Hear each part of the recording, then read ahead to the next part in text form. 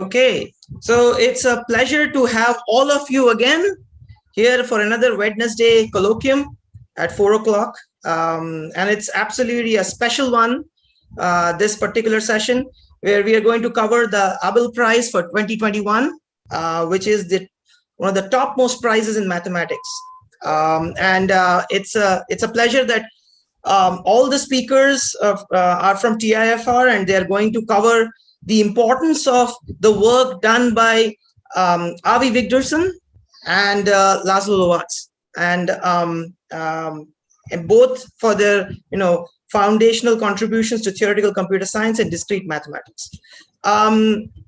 Before I go into formally starting the session and calling on our first speaker, Professor Arkadev, I would just give you a little bit of information on what the Wednesday colloquium typically represents and what it does. The colloquium, actually, this session is pretty much the oldest forum for scientific discussion in the natural sciences faculty at TIFR. It is as old as TIFR itself, and was started by our founding director, Professor Homi Bhabha. The idea was that all the scientists in the institute get together on one day at 4 p.m., that's a Wednesday, and listen to fantastic expositions of what is going on in the current world of science through experts who used to visit TIFR at that time when physical visits would take place, and talks would be actually conducted in AG 66, the lecture theater. Through this kind of a forum, all the major scientists and scholars and students would connect to each other across fields, and maybe the hope was to bring them together and bridge for collaborations. So today is no different a session. We're going, for the first time, we're going to cover something that is an absolute big recognition in the field of mathematics, and that is the Abel Prize. We have a list of speakers who are going to cover this Abel Prize in two parts.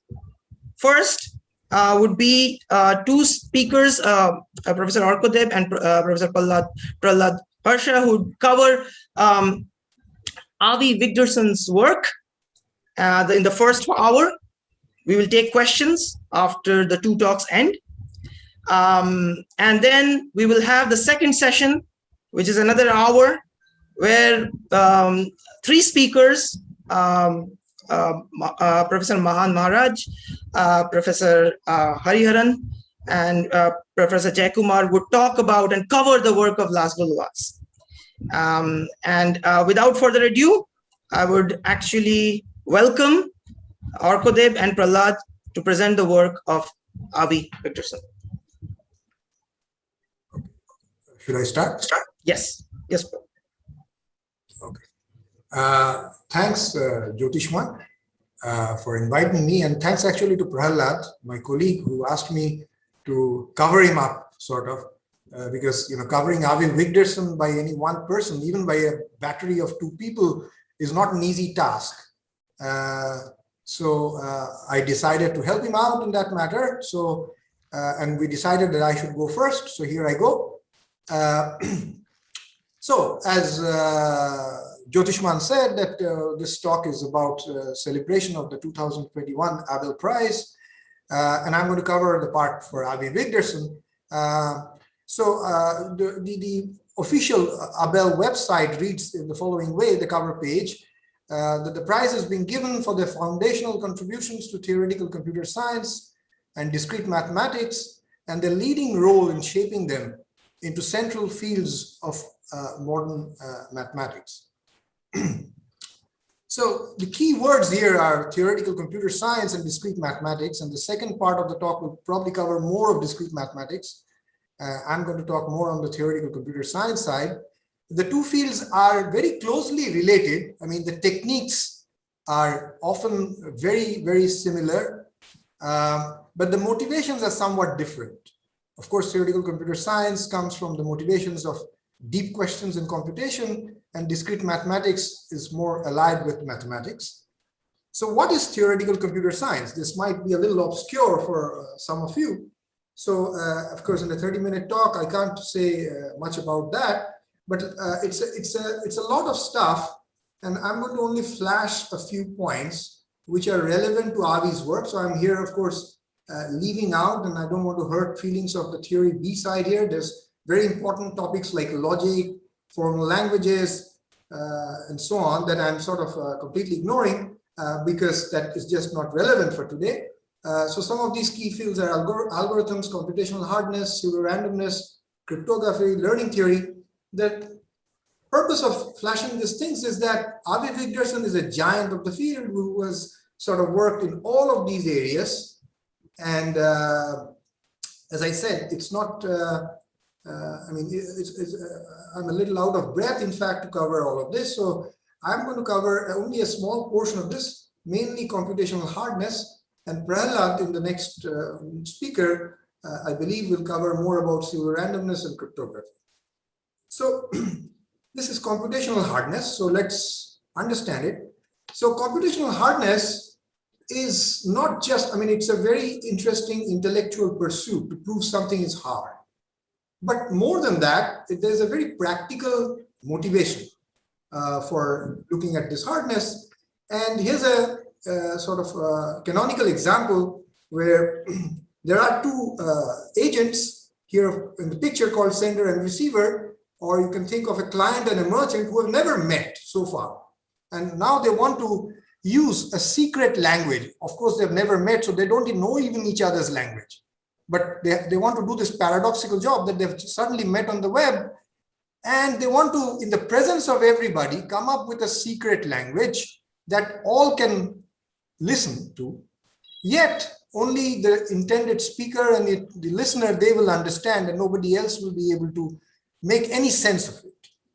This doesn't make any sense. When you hear it for the first time, it looks like completely, at first sight, it looks impossible. At second sight, it still looks impossible, even at third sight. So what's going on? So what happens is, this whole thing is based on the assumption that some problems are extremely hard.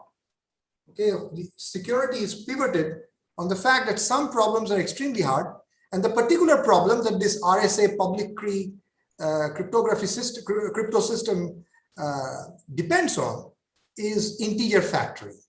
This is a problem where one is given an integer, which is a composite, and let's say it has got two very large primes as factors. You have no idea what those factors are. So it's a hard problem to find those prime factors of a given large integer. It seems like a hard problem, okay? And the whole idea of public key cryptography pivots on this assumption that factoring is hard. Now, how convincing is this assumption? Well, it turns out that Peter Shor's famous algorithm on a quantum computer shows that provably factoring is easy on a quantum computer. So if and when a quantum computer is made, this problem is no longer going to be useful for performing cryptography. So, just mere belief that some problem is hard, as you can see, is not enough. You have to understand what do you mean by hardness, what is the model against which you believe it's hard, and why you believe it's hard. It's just not because I tried everything possible and I still couldn't find an algorithm, so I declare a problem hard.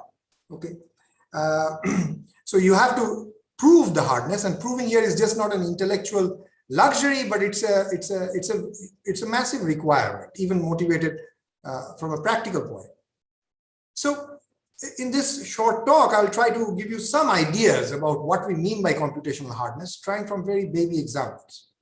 And then we will see how to prove hardness. Well, proving hardness is very hard itself. So what I will basically say is Avi Vigderson's one approach to prove hardness. Okay, we'll talk about that. Any questions?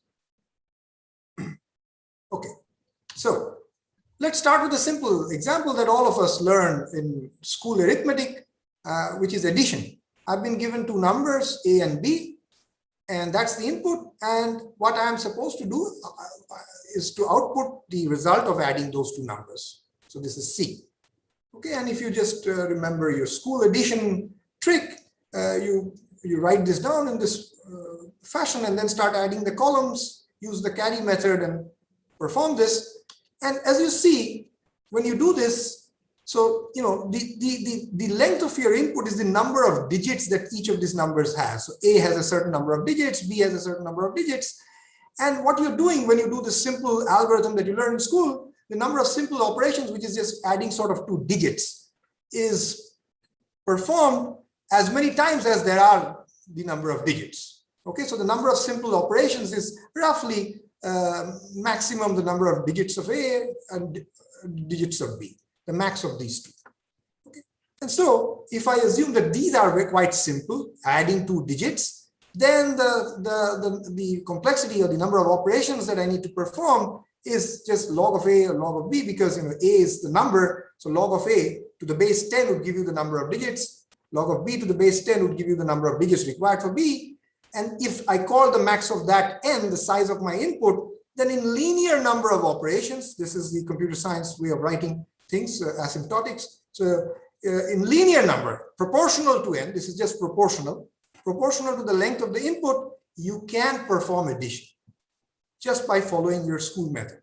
And this is easy. Therefore, the complexity of computing addition sort of grows slowly with input size, linearly.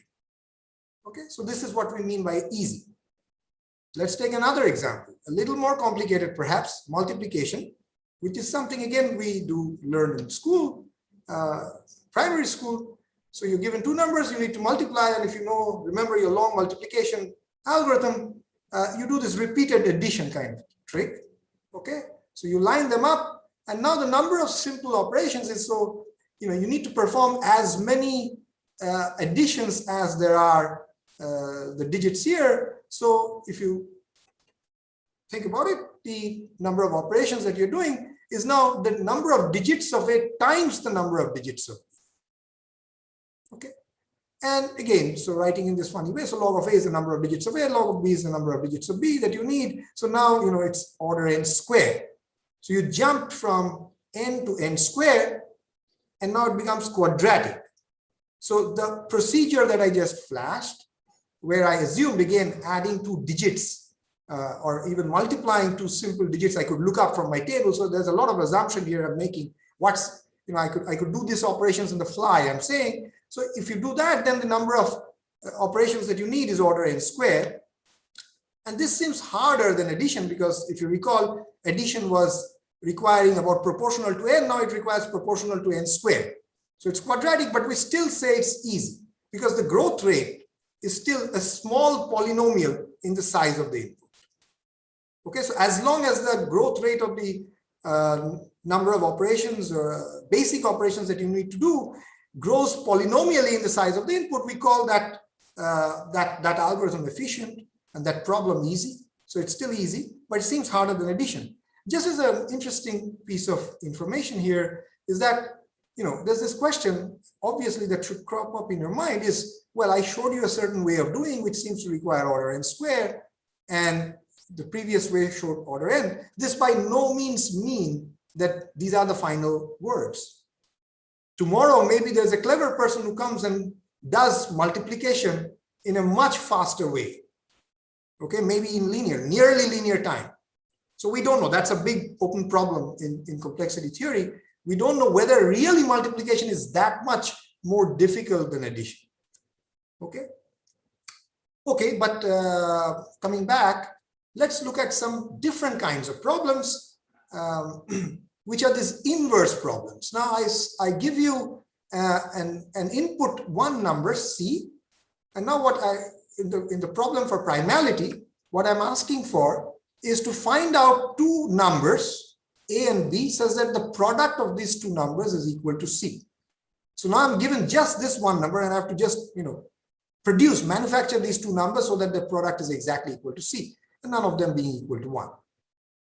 And then the problem of factoring, sorry, so I'm sorry here, I just said something wrong. So I want to find out whether there exist 2 such numbers, A and B, such that you can take the product of them and it's equal to C, with A and B not equal to 1. That's the primality. So I don't have to find out, I have to decide whether there exists. Okay. And in the problem for factoring, I have to find out and give you, output these two numbers, A and B. Okay. And, I have to multiply such that A times B is equal to C. Okay. So these two problems, they both seem hard because unlike in the previous problem, how am I going to do this? I mean, we never have been taught. In school, we were taught of, mostly like, try finding out all possible, go through all possibilities. Each of them seem hard, right? So it seems like you have to exhaustively search for possible A's and B's, right? You try out, by trial and error, or maybe methodically you try out numbers and then invoke the multiplication, which is an easy operation, and check whether A times B is equal to C, right? And if you do find, if you're lucky, you find the A and B required, and then you output it, or then you decide that, oh, the number C is not a prime.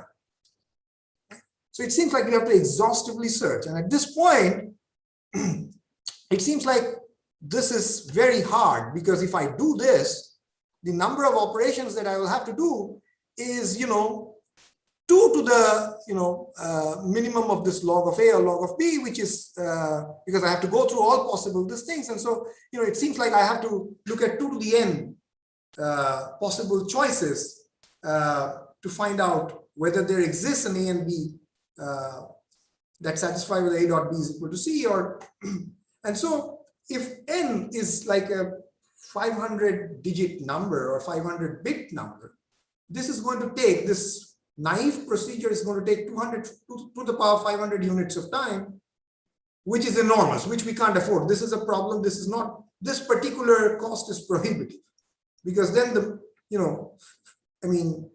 this time is going to be more than the total number of atoms in the universe. Yeah. So, so such things are not at all efficient, this kind of procedures. And we call, if this were the only way of doing things, then we would declare that these problems are hard. At the moment, it looks at both of them. Factoring is believed to be hard, and primality also looks like a twin of factoring. What else would you do? And it's hard, right? It seems.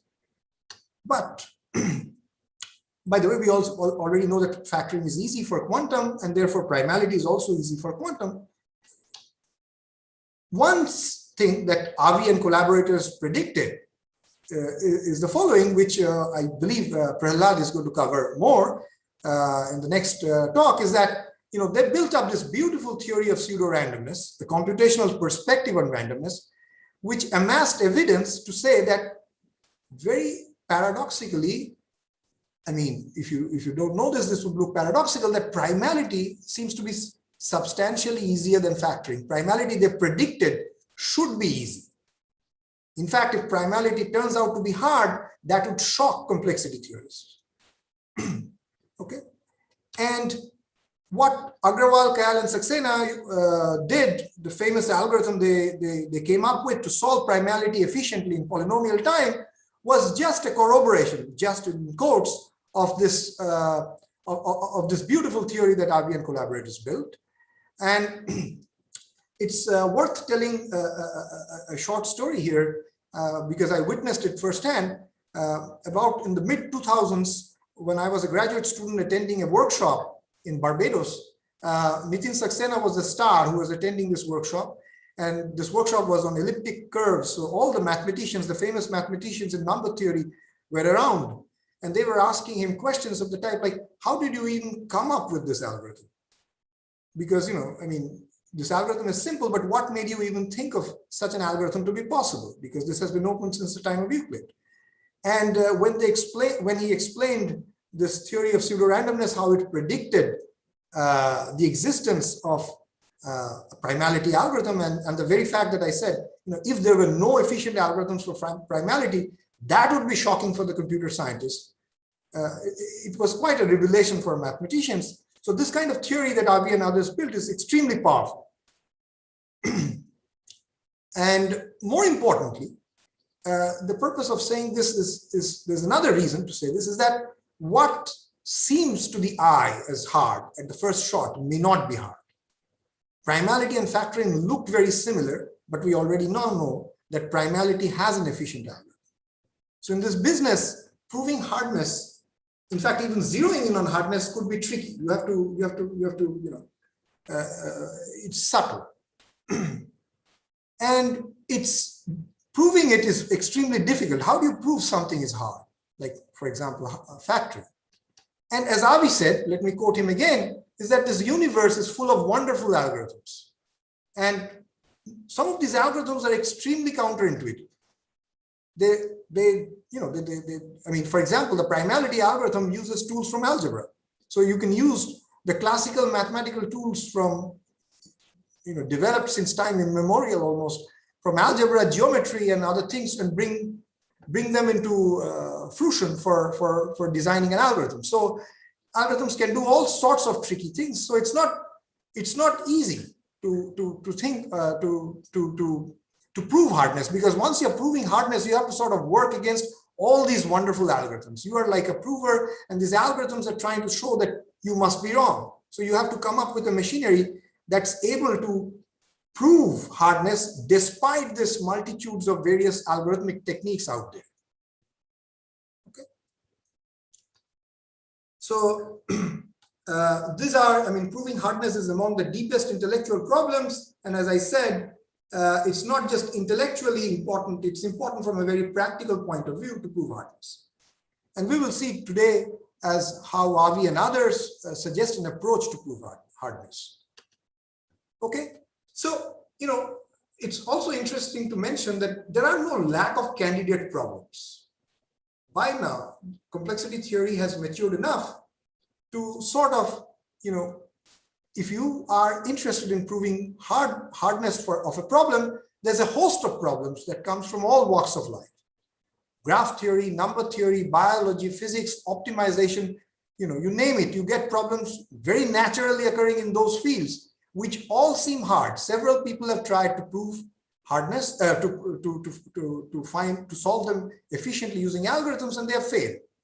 That's not just the only reason that we consider this to be hard. It's sort of a funny thing in the sense that, either all of these problems are hard or none of them is hard. Okay, if you can find one algorithm, let's say a physicist finds an efficient algorithm to compute the partition functions of a non-planar lattice, that will solve tree coloring in graph theory efficiently. So they're all equivalent computation. Okay. And even if you could prove, even if you could come up with a quantum algorithm to solve any one of these problems, that would also be astounding. So we notice that I have a doubt. May I ask now or should I ask later? Sure, go ahead. So will three coloring problem, will an algorithm for three coloring also solve Diophantine problems? Yes. I believe Diophantine problems are known to be undecidable, right? No. This is a particular Diophantine problem. It's not a general Diophantine problem. It's a Diophantine problem with two variables. I see. The one that the Diophantine problems that you're talking about, which are undecidable, they are 9 or more variables. So here there's just 2 variables. And I want to find out, so A, B, and C are part of your input, and you want to see if there is a solution for X and Y, where X and Y are both natural numbers. Okay, this is certainly decidable, and this is NP complete. NP hard, the way I've stated. Okay. Yeah, thanks for the question. So yeah, so if you, as the person asked, if you could find a way to do efficiently 3 coloring, that will give you a efficient procedure for a Diophantine problem. So all these problems are interconnected. So there's no lack of candidate problems, yet we don't know how to prove. These are ubiquitous, yet we don't know how to prove any one of them to be hard. Or any one. Okay, Arkadev, there is a question by Kedar. Kedar, could you ask your question? Just wanted to know what you meant by NP hard. You mentioned something in passing just now. Yeah, so I don't want to, it's some notion of hardness. I don't want to get into. So just hard, just the same thing you're saying. Yeah, so NP is a class of problems. A problem is said to be NP hard if the solution to this problem means you can solve every problem in NP. So every problem reduces to this problem. And if that happens, then we call it NP hard. So NP is a class of problems where verification is easy, but finding solutions seems to be hard. Okay. Yeah, okay. Right. So, as I said, factoring seems to be a hard problem, but on a quantum computer, it's provably easy. So today, when I talk about hardness, I don't want to define it formally because in a 30-minute talk, this is not possible. But what I want you to think about is a very, sort of a hardware engineer's perspective, which is, I have a circuit. So I have this is an electronic circuit which has processing units, and you have a set of inputs that you can feed it to a specific set of wires, and then there is an output on which the circuit, after you feed in the input after various clock cycles, performs operations and then spits out the output. And what we are interested in is, how quickly does the circuit size? So when you design a circuit for a certain number of inputs, right? Maybe you want to design a circuit for factoring integers. So you say, well, here's a circuit for 500-bit integers. So give me any integer, 500 bits. Let's say the integer I'll always spit out 2 factors of it. There are 2 outputs and I'll spit out, right? So what we want to understand is how quickly does the circuit size grow with the input sizing. Okay. So if the circuit size grows as a polynomial in it, then I will say the circuit size is growing slowly. So there's some fixed number alpha. Alpha could be 100, 10,000. I mean, of course, the lower this number, the happier we are, because very soon otherwise it becomes impractical. But from a theoretical perspective, if alpha is some fixed number that does not depend on n, then I say the growth in complexity, the hardware complexity is polynomial in n, and that's good for me. That's efficient. Okay. On the other hand, if the hardware size needs to grow exponentially in n, even super polynomially, that's not acceptable. That's an inefficient circuit. And all these problems that I alluded to, factoring, 3-coloring, traveling salesman problem, they all seem to be hard in the sense that if you were to design a circuit, these circuits, the number of processing units that you need, they seem to grow very rapidly, exponentially in the size of the problem. Okay? This is closely related to the P versus NP problem, but I don't want to go in there. So right now, we are in no position to prove hardness. Okay, this seems very hard to prove hardness. How do we do this? Even after decades of research, we don't know how to do that. And, this is a time-honored principle, right? When you can't prove something, you try something simpler. And biologists, they would look at when you can't understand complex living organisms, you look at unicellular bacteria or simpler organisms like zebrafish and test your ideas over there and the hope that this will work with more complex organisms. Physicists or chemists, they will first study a simple atom like the hydrogen atom, try to understand the Schrodinger equation with just 1 electron, and then you hope that you can look at more complicated objects. So we do the same thing, right? We want to understand computation. The goal, the holy grail is to understand the limits of efficient computation. When computation is unrestricted, you could do anything. But then that we cannot understand, unfortunately, at the moment. So we want to scale down our ambition. Just in the same way that biologists and others do. We want to tie down the hands of computation. We want to say, okay, we can't understand unrestricted computation. Can we understand efficient? When I want the computation to be also parallel, in the sense that you have to, the latency between your input and output has to be much lower. Okay. Arkadev. Yes. 5 minutes to go. Oh my goodness. Okay. So right. So the main work that Avi and his student at the time, Mauricio Karchmar, did was, well, we want to understand fast parallel algorithms and small depth circuits. What they did was they sort of converted this problem into a communication game. Okay, so here's the problem about computation, and what Avi and his student Mauricio Karchmar back in 1988 could do was they formulated a communication game, which is now called in their honor Karchmar-Wigderson game, which looks like just information theory. Computation and information do not seem same, but they were able to design a game in which the problem seems same. They prove that it's exactly equivalent to small depth computation. So let me take just 3 or 4 minutes, Jyotishman, to just at least tell the game. Yeah. So this game comes from the communication model that Andy Yao, another giant of the area, designed in 1979, where there is no limitation to computation. So Alice and Bob are two agents who are separated from each other. They want to perform a task, and they can take help of supercomputers. There's no computational limitation to Alice and Bob. They can compute anything on the fly. The only problem is the task that needs to be done depends on both the input of Alice, which is X, and the input of Bob, which is Y. So they have to bring those two inputs together and perform this task. But sadly, they are separated. Okay. And yet they want to do this. So how do they do that? They will communicate with each other. When they want to communicate, they might have to perform a very complicated calculation, and they can do that in one shot with no cost using their respective supercomputers. So they are informationally restricted. Alice doesn't see Y and Bob doesn't see X. Okay, and the question is, how many bits do they need in the worst case? Okay, and notice that anything can be, of course, if Alice has n digits, Bob has n digits. Now everything can be computed or performed in at most n+1. This is simple because Alice just transfers her entire input, her whole file maybe, to Bob, and then Bob just gives out the answer. Because Bob and Alice are computationally unbounded. So the question is, here's a task. What can be difficult when Alice and Bob are supercomputers? So look at the very simple task.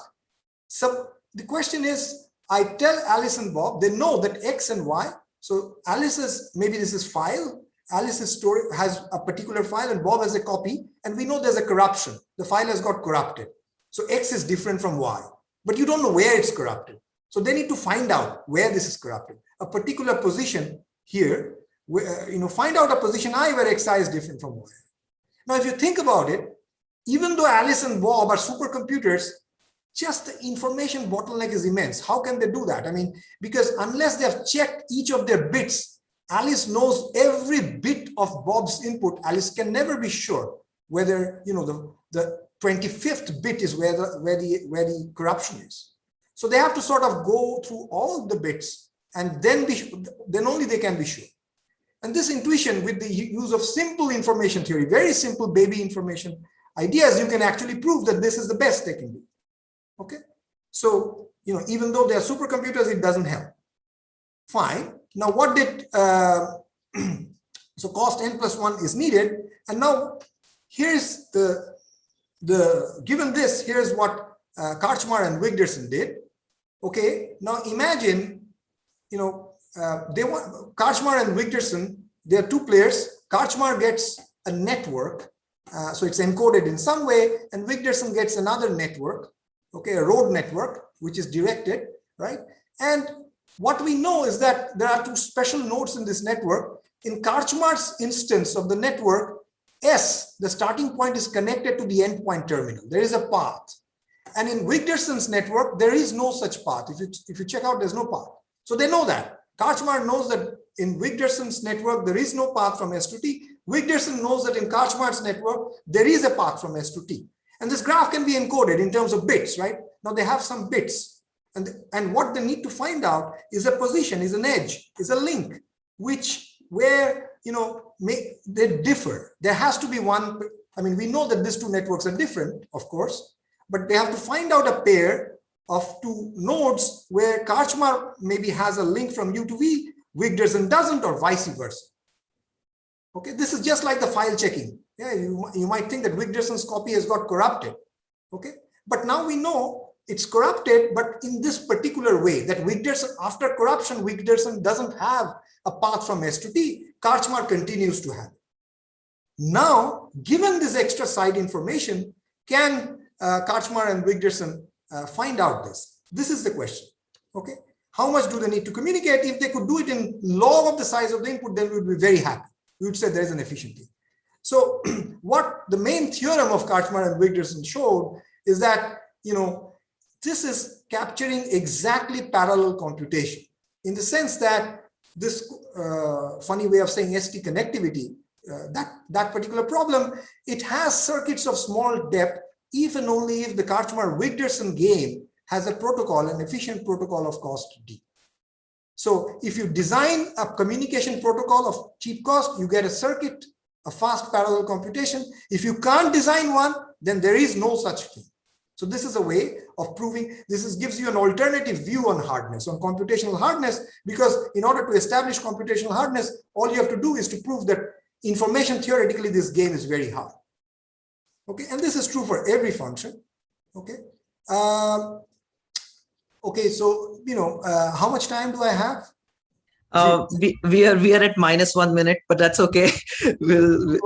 Okay. So yeah. So you can wrap up in 2 minutes maybe or so. Yeah. So maybe let me just end anyway. I don't want to. I mean, okay.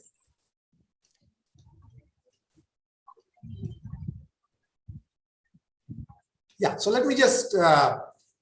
There were certain results of Karchmar and Wigderson which I could not say due to the lack of time. But anyway, this Karchmar-Wigderson games, after they were this has been hugely influential in proving lower bounds of a certain kind. And this is a very active area of research. And back in 1993, Karchmar, Raz, and Wigderson, they formulated this conjecture, which in the field is called now the KRW conjecture, which is a very natural conjecture on composition of functions, which if it gives you a path to separate fast parallel time, the power of fast parallel computation from fast sequential computation. Okay, so this is an outstanding conjecture. If you can prove this, then you show that there are things which can be computed in fast sequential time, yeah, where you give the circuits as much depth as you want, but they cannot be computed if you force the computation to be parallel. Okay, and this conjecture is called the Karchmar-Raz-Wigderson conjecture. I have zero time. Let me just conclude with a small story here. This is the actually Small World Cafe at Nassau Street in Princeton, very close, yes. Not so far. I'm sure Jyotishman has fond memories of this place as well, as I do. So I've spent many memorable hours with R.B. Wigderson sitting here. This is also his famous spot, very favorite spot. And, we were working on several problems and we got stuck at several times. And I remember Avi saying very interestingly and optimistically, whenever we got to something, we thought we got to something. He said, Arkadev, this is a good stopping point.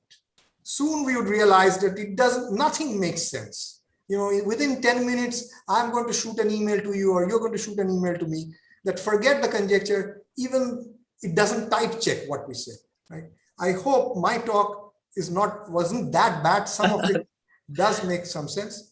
And sorry for taking too much time. No, very nice. Very nice, Arkadev. Thank you. I would like all of you to please applaud. This is a very nice talk, Arkadev. I will take one quick question for Arkadev, and then move to Professor Prahlad Harsha. Is there a pressing question?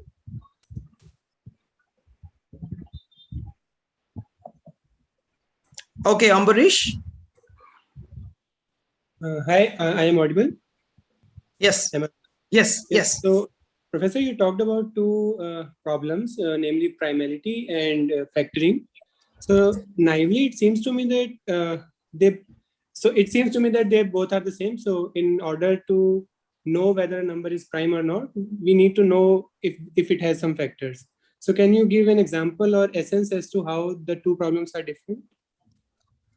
No. So the problems are defined in this way. I define a number as prime if there are no factors, right? But as I said, in the problem of factoring, you are not asked to hand me out if it's not a prime. You're not asked to hand me out a factor. Okay. Yes. All you need to do is to tell me whether there is a factor or not. So, can we say whether a number has a factor or not without knowing the factor? Exactly. This is what the primality test does. Yes. So can you give an example or an essence as to how that could be done?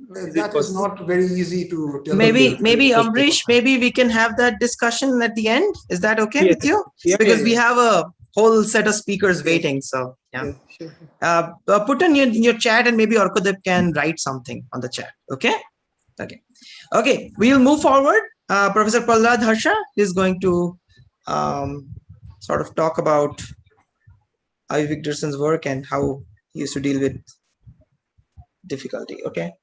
So Prahlad, can you unmute yourself, please? Prahlad, you muted. Yes. Can you hear me? Yes, Prahlad. Thank you. See my slides too, or? Yes, perfect. Perfectly visible. Yeah. Okay. Let's get started.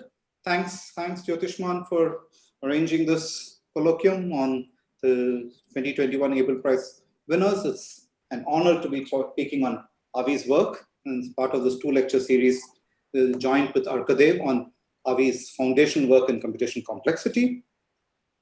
So,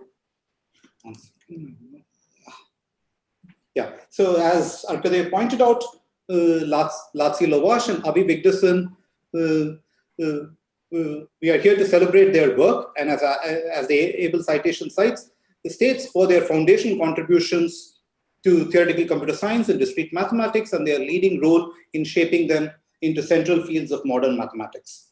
The citation then goes on to describe the seminal contributions of Latsi and Avi, and eventually, when it comes, it initially starts off with Latsi's work for a while, and then it comes to Avi, it makes this point. It says, Avi Vigderson has made broad and profound contribution to all aspects of computational complexity, especially in the role of randomness in computation. And this last line will actually form the theme of my talk. I will talk about how Avi's work in computational complexity has reshaped our understanding of the role of randomness, of what it means, of what randomness means with respect to computation. So this naturally leads to the title of my talk, how Avi copes with hardness, difficulty, complexity, whatever we might call it, a computational perspective, and how this gives us a computational perspective on randomness. So let's get started. I want to just give a short, Arkadev gave a nice introduction to computation complexity. I'll just give a quick introduction to what I need of computation complexity to talk about randomness. So Avi is one of the foremost leaders of computation complexity. He's almost, as Arkadev mentioned, he's contributed to almost every aspect of computation complexity, that an overview of just his works in this area might as well serve as the history of this field, of this fairly recent field of mathematics. And what does computation complexity do? So it's as we saw in the previous talk, it's an understanding of which problems, I don't know why my mouse is jumping. Which problems are easy and which problems are hard with respect from a computational perspective. For instance, we know the classical problems, as we saw in the previous talk, such as integer addition and multiplication are easy, while others such as factorization are believed to be hard. And computation complexity is trying to understand why some of these problems are hard, and can we actually provably show that these problems are hard. Central goal in complexity was what Arkadev had talked about, is actually trying to show some problem like this. So, say a problem like factorization is actually a hard problem. So this is fair and nice. This is a nice aspect of computation complexity, but complexity, the understanding of complexity not only attempts to prove hardness, but also tries to show how this hardness can be harnessed. It's one thing to say there are hard problems, but of course that's like a negative result. We are not working with negative results. We want to understand if such problems are hard, can we do something with them? Can we harness these hardness of these problems to our advantage? What do we do if some of these problems are hard? How do we cope with this hardness? And I don't have to give you an answer to this. Most of you know that modern day cryptography exists because there are computationally hard problems. Had there not been hard problems, we would not have had modern day cryptography. We would not have been able to do all our transactions on the internet. All of this happens just because there are some problems which we believe to be hard. In particular, possibly the problem of factorization is hard. But this is one way in which you can cope with complexity. One way you come to terms with the fact that their problems are hard, you use the hardness to your advantage. What I want to impress you in this talk is actually much, much more. this computational viewpoint that we learn from computational complexity actually gives us a reinterpretation of several classical notions such as randomness, knowledge. So we're going to look at the world through this computational lens. And we're going to say that viewing it gives us new meaning to these problems. It's going to give a new understanding to what is randomness, what is knowledge, all from through this computational looking glass. For the purpose of this talk, originally my title of my talk talked about both randomness and knowledge, but I realized I can't do justice to both in 30 minutes. So for the purpose of this talk, I'll focus solely on randomness. And if I manage to finish in time, which is almost surely not, I'll spend a slide or two on knowledge. So randomness. So let's actually, even before that, what about randomness am I going to talk? What I'm going to talk is actually a trade-off between hardness and randomness. And this is going to be based heavily from a very seminal work of Avi Vigdison with Noam Nissan from 1988, the journal version of which appeared in 1994. So this paper titled Hardness versus Randomness. This paper is going to form the central theme of what I'm going to be talking the rest of my talk.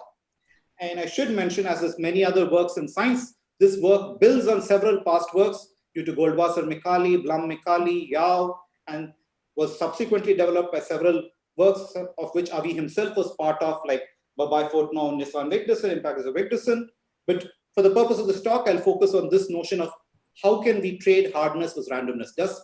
How does computational complexity give us a new perspective on randomness? So, by the way, feel free to ask me a question or two or post it on the chat, and I will answer them at the end of the. So, what is randomness? Let's begin with randomness. This is the central theme I want to ask. Randomness is something universal and ubiquitous. Right from childhood, when we begin playing games, we realize we have to randomly strategize we have to do random strategies. We can't work with deterministic strategies, because if we do that, then our opponent will sort of know how to game us and eventually win us over. He'll know this is the exact way in which we win, unless, of course, we have a winning game strategy. If we don't have a winning game strategy, the right thing to do is to actually use randomness on this one. So we already know, right from childhood, we know that randomness is a useful thing to have. And we see this in several other things. For example, when you study Nash equilibrium and stuff, the only way we can talk about mixed strategy is if you bring in randomness into the play. The other thing which we saw, cryptography, which I mentioned in cryptography for a while, cryptography cannot exist unless you know randomness. And this was observed, randomness is quintessential in cryptography as it was observed in the very early days, more than 70, 80 years ago by Shannon. But what we want to do is ask, what's the role of randomness in computation? How can randomness help in computation? What we talked about is randomness is ubiquitous elsewhere. Does randomness help computation? Does it help us to design faster algorithms? So I want to ask, are there randomized algorithms? Are there algorithms which can use randomness somehow to make themselves even faster than? So for example, can I take two numbers and multiply? If I use randomness, can I multiply them faster than what I know without multiplication? So I want to understand what are randomized algorithms. For that, first we need to understand what is an algorithm. Forget randomized algorithm. What's an algorithm? For the purpose of this talk, I'm going to keep it very simple and basic. An algorithm is just a sequence of operations that takes an input, processes it, and produces an output. An algorithm must necessarily halt on all inputs. And furthermore, we are interested only in algorithms which are efficient. That is, they run in time which is polynomial in the input length. Now, so that's an algorithm. So, for example, the algorithms which Arkadev had mentioned, in which the input was a pair of numbers and the output was the sum of the numbers, or the input was the pair of numbers and the output was the product of the numbers. For all of these cases, we have efficient algorithms. Now, if I want to give this thing a further, I want to talk about randomized algorithms. What do I mean by this? Now, a randomized algorithm is an algorithm which, in addition to its standard input, which is input, it has access to random coins. It can toss random coins. That is, it has two sets of input. One, the actual input, and the other, it gets the ability to toss coins. It keeps tossing coins, figures out which is heads or tails, heads or tails. It can toss polynomially many coins and use this while trying to compute. Okay. Even before we go to know what do we want of this now, because it tosses coins, it's unclear what an algorithm does. It possibly makes errors, and this one. First thing I want to just give a few examples and show to you that actually having such randomness in algorithms has made our life significantly better. For example, there are some very fundamental problems, like you have an area and you want to find out, and you want to tile it with domino tilings, and you want to find out how many such domino tilings exist. This is a problem which we today don't know how to do efficiently, deterministically, but we have very efficient randomized algorithms for it.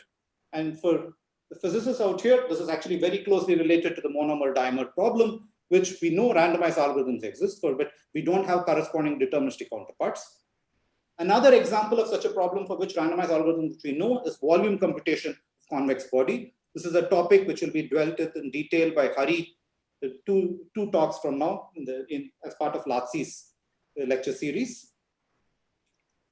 Another thing is polynomial factorization, integer factorization, which is something we know to be hard, which we believe to be hard. But on the other hand, if you take polynomials and you want to factorize a polynomial into its factors, this is a problem which we can do very efficiently if we had access to random points.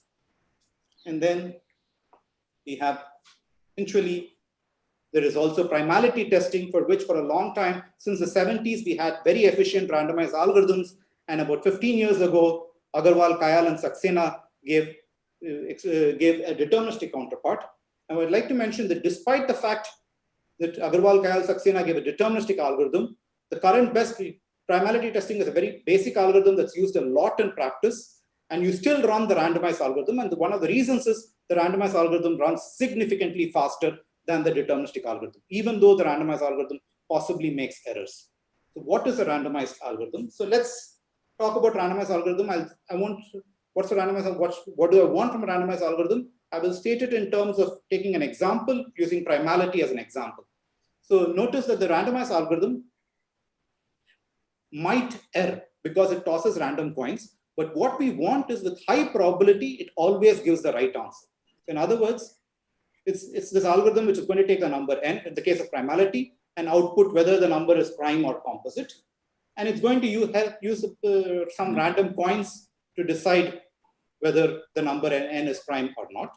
So in the process, it might give error. So it might say sometimes, even though the number is prime, it might say it's composite, and if the number is composite, it might say prime. But what we do want of such an algorithm is, no matter what, for every number n, the algorithm gives the correct answer most of the time.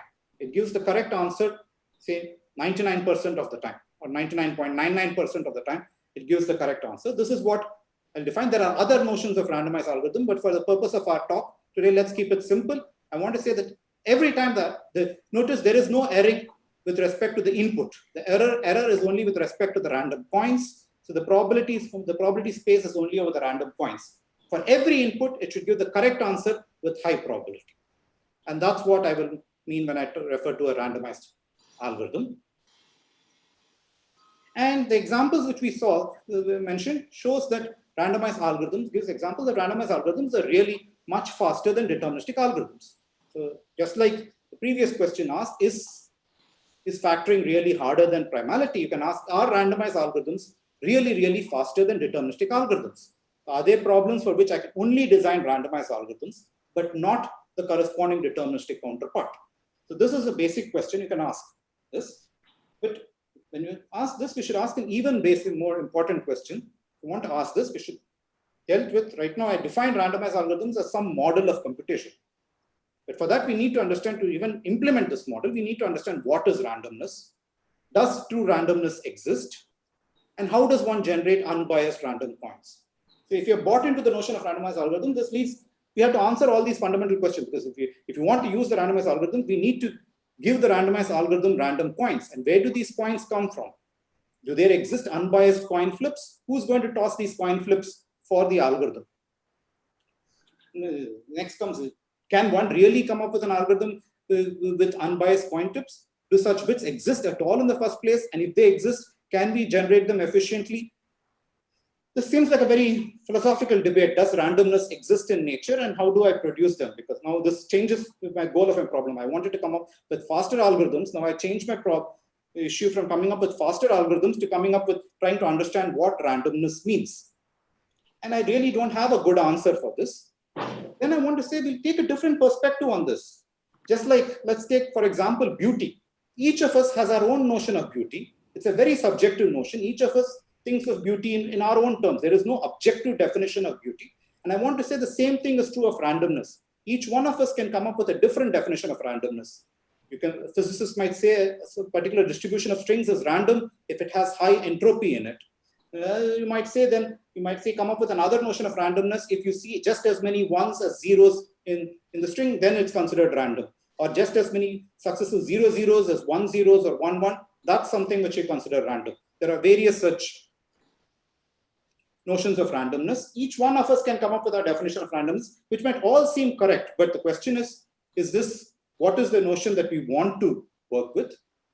So just like beauty, I want to say randomness is in the eyes of the beholder. I want to give a definition of randomness in terms of who wants to perceive randomness. Is there a question? No, there are some questions on the chat, but we can visit that later. If there are no pressing questions yet. The chat. I'm not been seeing the chat. So yeah, that's okay. We will get back to that, Prahlad. So maybe you can continue. We will get back. Yeah. So some reason when I review the slides, I don't get to see the chat. So Sandeep's comment, Sandeep Trivedi's comment was about randomness, and he's saying that true randomness does exist in quantum mechanics, for example. Yeah. So yes, that's a quantum mechanics. The question is, can I generate it, and how efficient can I generate it? These are questions which I want to ask. But we're going to take a different. Yeah. So there are places where you can define this, but I'm going to take a different perspective with respect to algorithms. For respect to algorithm, I want to say, what do I want? I want to give. Yeah, true. So true randomness, there is a particular definition of randomness, and quantum mechanics possibly offers you that notion of randomness. But we'll ask, what's the notion of randomness that the algorithms that I have designed, for example, the primality algorithm that I designed earlier, or the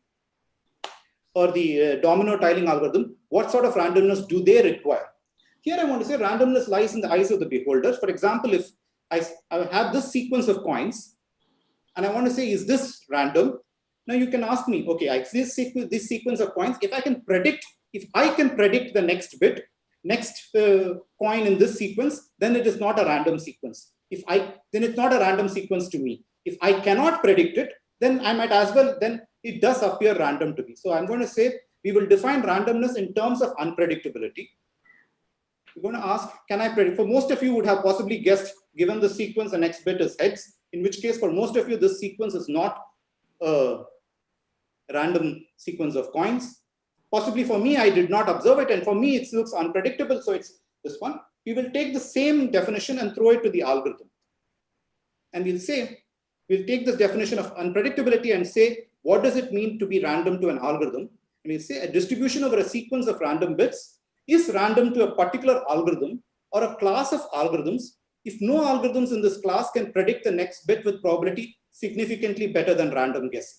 For example, if I gave this algorithm the first 6 bits and it gave an guesstimate on the 7th bit, if this guesstimate was more or less 50-50, then we say that this algorithm, for this algorithm, these bits look random.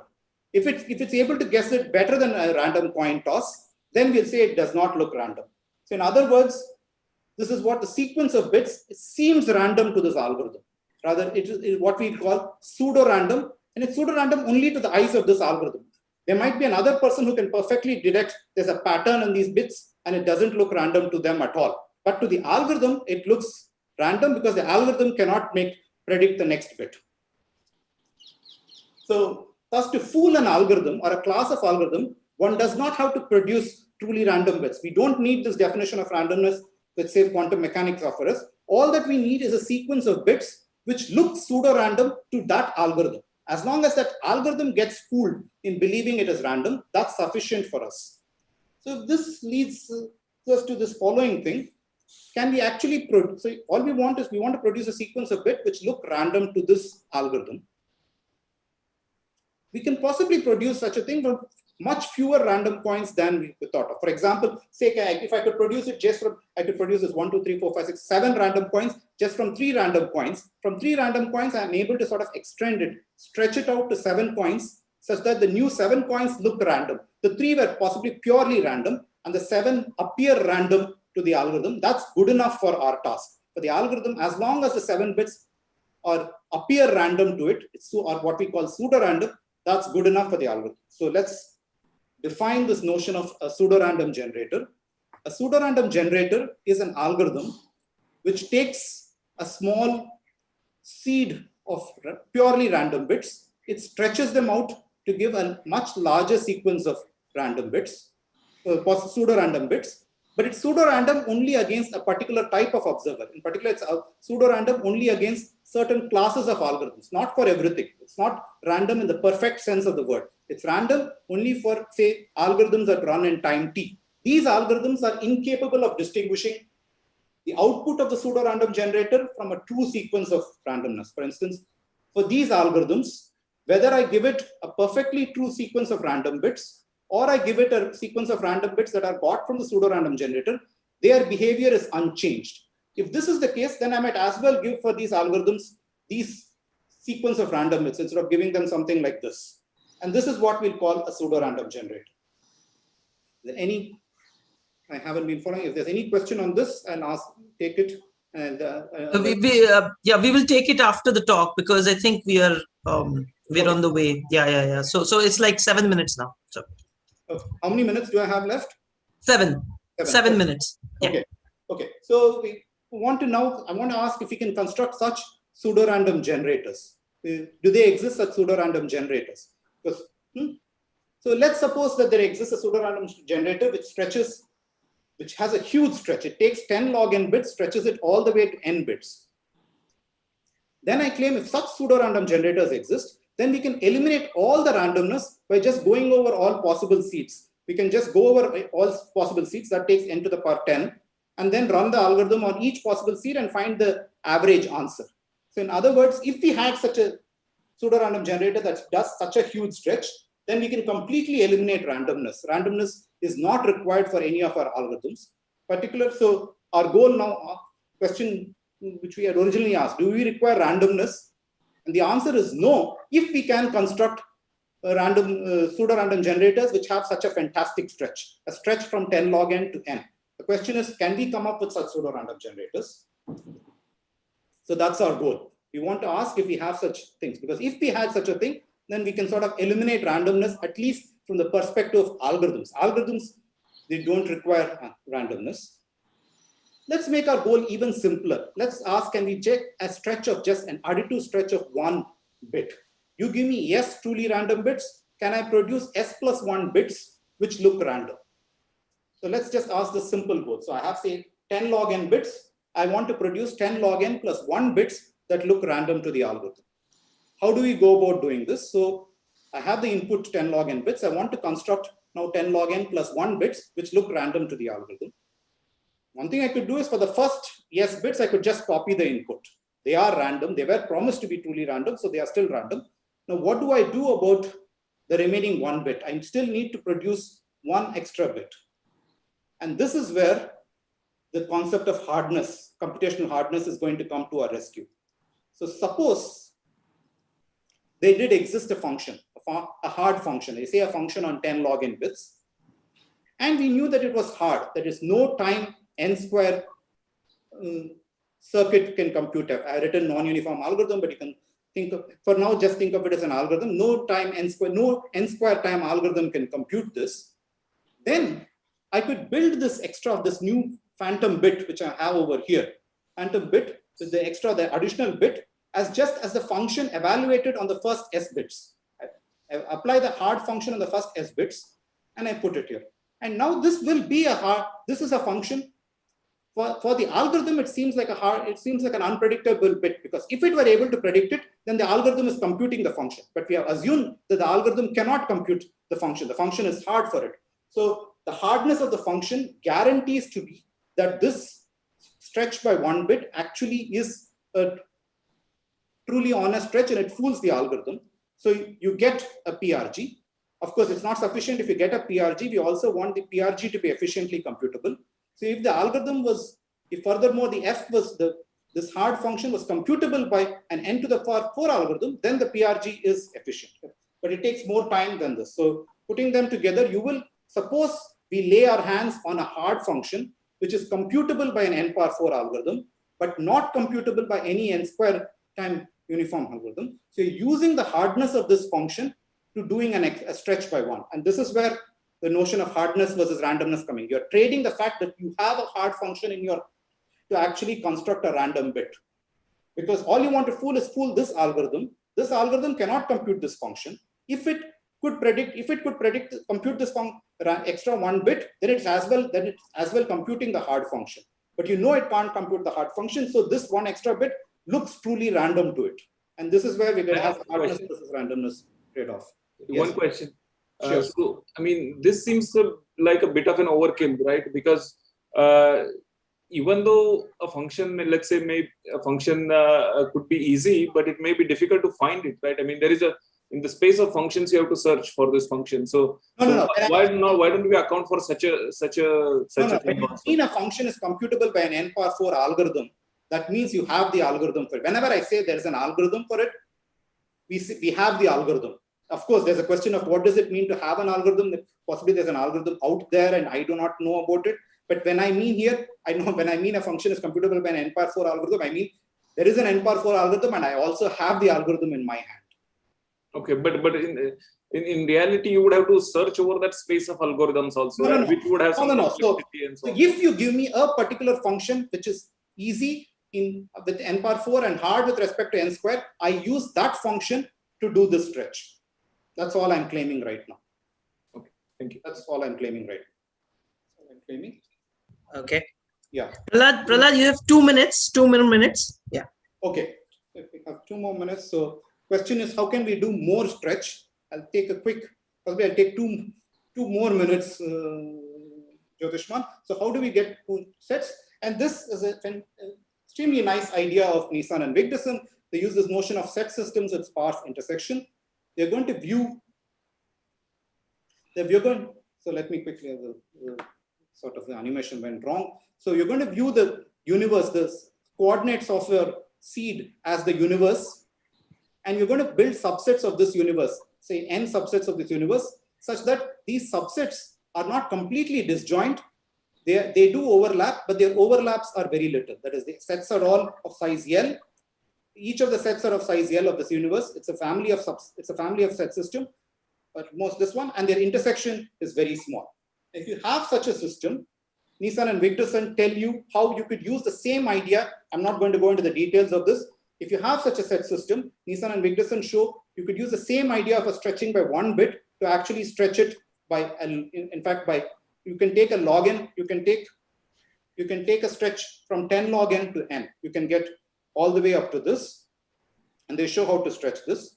So let me not go into the details of how to do this stretch, but it's just once you have this sort of combinatorial designs, you can construct this stretch, which is just extend the exact same idea which we had to stretch by 1 bit. You use this notion of a design to show that these set systems don't intersect with, have very small overlapping intervals, have a very small regions of overlap, and hence you can show almost the same proof that we showed to have that a stretch of 1 bit will show you can get actually a huge stretch.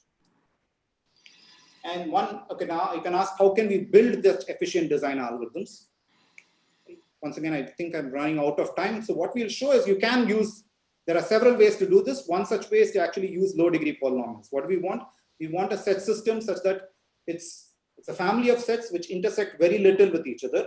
A nice idea over here is to use low degree polynomials, because what? 2 distinct low degree polynomials hardly will intersect with each other. They'll intersect only on that degree amount of locations. So you can use these low degree polynomials to actually construct the set system which I talked about. And then it's fairly simple. So what's the takeaway from this? The takeaway from this is, if you have explicit hard functions, and what do I mean explicit functions? I have a function and its algorithm, and I know it's hard against, and I know it is easy for n power 4 algorithms, and I know it's hard against n square non-uniform circuits. If I had my hands on one such hard functions, we believe there are several such functions, but if I laid my hands on one such function, I could immediately take that function and convert it into a PRG. And once I have a PRG, I can eliminate the randomness completely from algorithms. So the end product of all of this is that if explicit hard functions exist, and I can lay my hands on them, then every randomized algorithm can be simulated by a deterministic algorithm. You can basically eliminate randomness. And this is sort of the reason why Arkadev was mentioning, to a complexity theorist, the Agrawal-Kayal-Saxena result was not surprising. The fact that they were able to prove it was the surprising aspect of it, that they were able to prove it unconditionally. Complexity theorists, because of this result of impact as a Wigderson building on previous works, knew that every randomized algorithm eventually will be completely de-randomized. You will get deterministic counterparts for them. Question is, that's once if you lay hands on a hard function. In the case of the specific case of primality, they were able to sort of use these ideas to actually completely get away. They didn't actually lay their hands on a specific hard function, but they used the ideas in these proofs to completely get rid of randomness. But this is something we believe to be true. Every randomized algorithm can be completely simulated by deterministic algorithms once we lay our hands on an explicit hard function. And we believe there are a lot of explicit hard functions out there, except that we don't know how to prove that they are hard and so on. Okay. Yeah. So this is what I want to say on the randomness perspective. Avi gives similar things on knowledge and others. I won't have time to go into it. Yeah. So just wanted to comment one thing before one. So far I've been talking, to be amiss to just talk about Avi the scientist. Avi the person is also, Avi the scientist of course is a remarkable scientist. He's produced such a phenomenal piece of work. Avi the person, unlike Arkadev, I haven't had the good fortune to actually work in a professional capacity, though I've interacted a lot with Avi over the years, in both as a friend, as this one. He's one of the most positive and sort of ebullient persons that I've ever seen. He sort of talk with you, whether you're an undergrad, you're a grad student, or right from my early days. I remember, so I will also recall an incident that happened at Small World Cafe. I remember this was my second year of grad study. I was working with my then advisor Madhusudan and a postdoc Eli Bensason on some problems related to probabilistically checkable proofs. Eli had just graduated with a PhD under Avi, and he was planning to meet Avi, so he drove from Boston to Princeton, and he said, "Why don't you also come? I will introduce you to Avi." I said, "Okay, fine." I was quite excited. It was the first time I was going to see Avi. I was extremely excited to do this. We drove to Princeton, and as such, we met in Small World Cafe. 3 coffees and 3 salads, the several scribbled papers. We're talking to each other. There's a gentleman who comes to our table and looks at us, our table, and says, "No fish," looks at our salad bowls and says, "No fish, no theorems," and walks away. Then Avi looks at me and says, "Oh boy, Prahlad is rubbing shoulders with giants right on his first day visit at Princeton." And I got sort of miffed. Yes, I was excited to speak with Avi, and he calls himself a giant. Little did I know that it was Andrew Wiles who actually came and was looking. There was Andrew Wiles, who was the gentleman who came and commented on us. Avi's sort of, I haven't collaborated in a professional capacity, but Avi has been supremely helpful in all aspects. A couple of years ago, I gave a talk in Chai or Mumbai local over here, and he took a good part of 1 hour with me actually to go over my talk, because he's an very good ambassador of the field. His public talks are extremely good. So I sought him out for inputs, and he tutored me in how to give these talks. Thanks to Avi, and these are from photos from Avi. Actually, my beginning at TIFR was accompanied with Avi, and I sort of more or less flew to India together. Avi to give the ICT's inaugural talk in 2009. These are photographs from that period. And just say, thank you, Avi. You're one of the most able warriors of theoretical computer science. Oh, fantastic. Fantastic, Prahlad. That was fantastic talk. And thanks for the personal anecdotes that you shared with us. Questions for Prahlad? We'll take 2 questions. Please unmute yourself. There were lots of comments in the section. Kedar had few questions. Kedar, could you? Well, Piyush answered my question offline, so I won't waste everybody's time. Okay. Sandeep, you want to have a comment or something? No. I'll have to ask. I'll have to ask Prahlad offline because I got lost. Sorry. Okay. At the end. Okay. But thanks for a very nice talk. Yeah, Prahlad, there was this one question that pretty much everybody was thinking about, and that is, at the end, can randomness be attempted to be uncovered by a deterministic approach? And that's what you ultimately stated, I guess. That No. So what I stated is no. So I'm not saying randomness can be replaced by deterministic. As No. if you're viewing with respect to algorithms, if you have a randomized algorithm for a particular task, right, for a task which does not involve randomness itself. For example, if you say, sample me a random point in space, that problem itself involves randomness. There's no way I'm going to eliminate randomness from that point. Sure.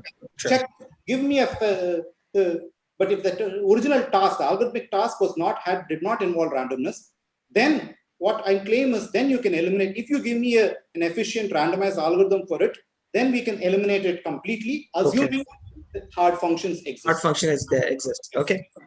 Fantastic. Okay. Any other comment? If not, then let's thank Arkadev and Prahlad for covering Avi Vigderson's work so well. I know it's a very short amount of time, but thank you for doing this for all of us across the institute and people who are hearing across different parts of the world, actually. So, thank you. I'll try to answer the chat questions over the next. Sure. Please do that. They're still going on. Okay. Now I would like to actually welcome Professor Mahan Maharaj for the next session of talk, which covers Lovat's work. Okay. Right. Am I audible? Yes, Mahan. Yes. Yeah. Great. Thanks. So thanks very much. Mahan, your slide is not maximized. It's not full screen. Yeah, just a moment. So hang on.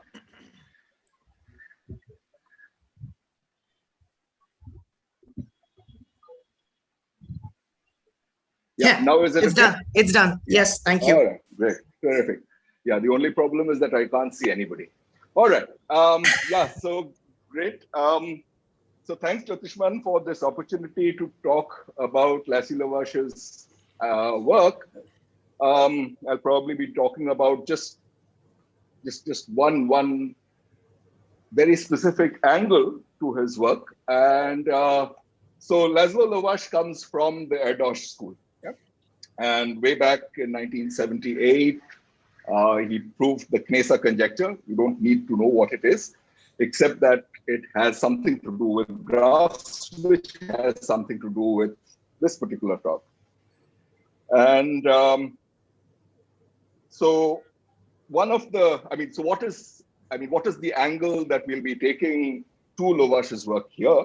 So the citation for his Abel Prize says that it starts off with combinatorics, derives inspiration from problems in theoretical computer science. Also, I shall pay a little bit of lip service to statistical mechanics, and then goes on to say that it shaped these into central areas of modern mathematics. So I'll probably try to draw some kind of a broad strokes connection between these problems in combinatorics and what has come to be recognized as some of the central areas of modern mathematics, in particular random geometry, where his work finds a lot of fruition just today.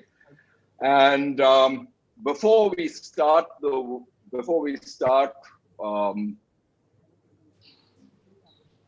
talking about his stuff, let me actually give the references ahead of time.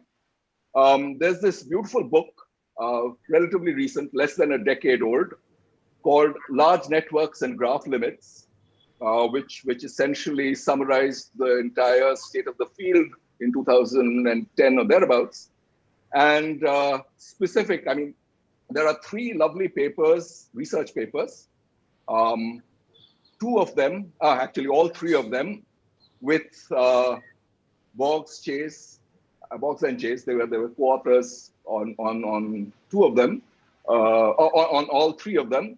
And so these are people who brought in techniques from statistical mechanics, statistical physics, and the problems that were attempted were to understand what is the notion of a graph limit. So what is the general problem that one is addressing? So suppose you have a sequence of finite graphs which get larger and larger.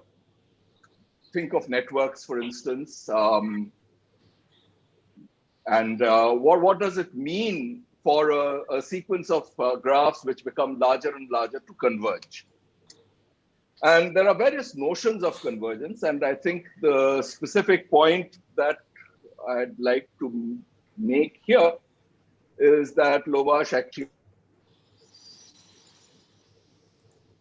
adopted certain things from statistical mechanics, determining when such graphs converge. First reading seems sort of very simple, but it turns out that it captures a lot of structure. And so there are these convergence sequences of dense graphs. And here is my piece of lip service: multi-way cuts and statistical physics. So this is going to come up later on, and what we mean by this. And this was preceded by another paper. And following up on the computer science angle, I mean, there are graph theory, at least viewed from a computer science lens, typically bifurcates into sparse graphs and dense graphs. I'll say a little bit about what these things are as we go on. So for the time being, just think of this impressionistically. There is this sparse graph, dense graph dichotomy in computer science, which feeds into this theory. There is a certain amount of statistical mechanics in terms of, say, computation of, say, things like what does it mean to consider, say, a random homomorphism from a graph to a sequence of graphs? These are questions that have been dealt with by people from statistical physics. So there are these two angles that come into it, but I'll be taking a more linear route, starting with things which are combinatorially fairly simple, and then leading finally to what modern areas of mathematics it links. Notion that Lovash comes up with when he says that there's a sequence of graphs and these actually converge. Mahan, actually, we are losing your connection. Seems to be unstable. So what he does this is it's in terms of numbers. So numbers, I mean that's all it really boils down to. Yeah.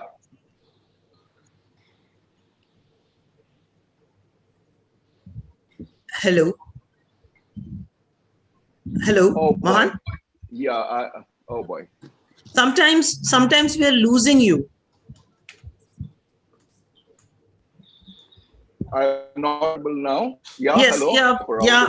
We are getting it back. It comes back and goes. It comes back and then it goes out again. Anyway, that fluctuation we'll have to live with. I think we'll go forward. We'll go forward. Yeah. Yeah. So this is a piece of randomness and correction of code that I am sorry, I'm not going to be able to do very much about now. Sure. Okay. All right.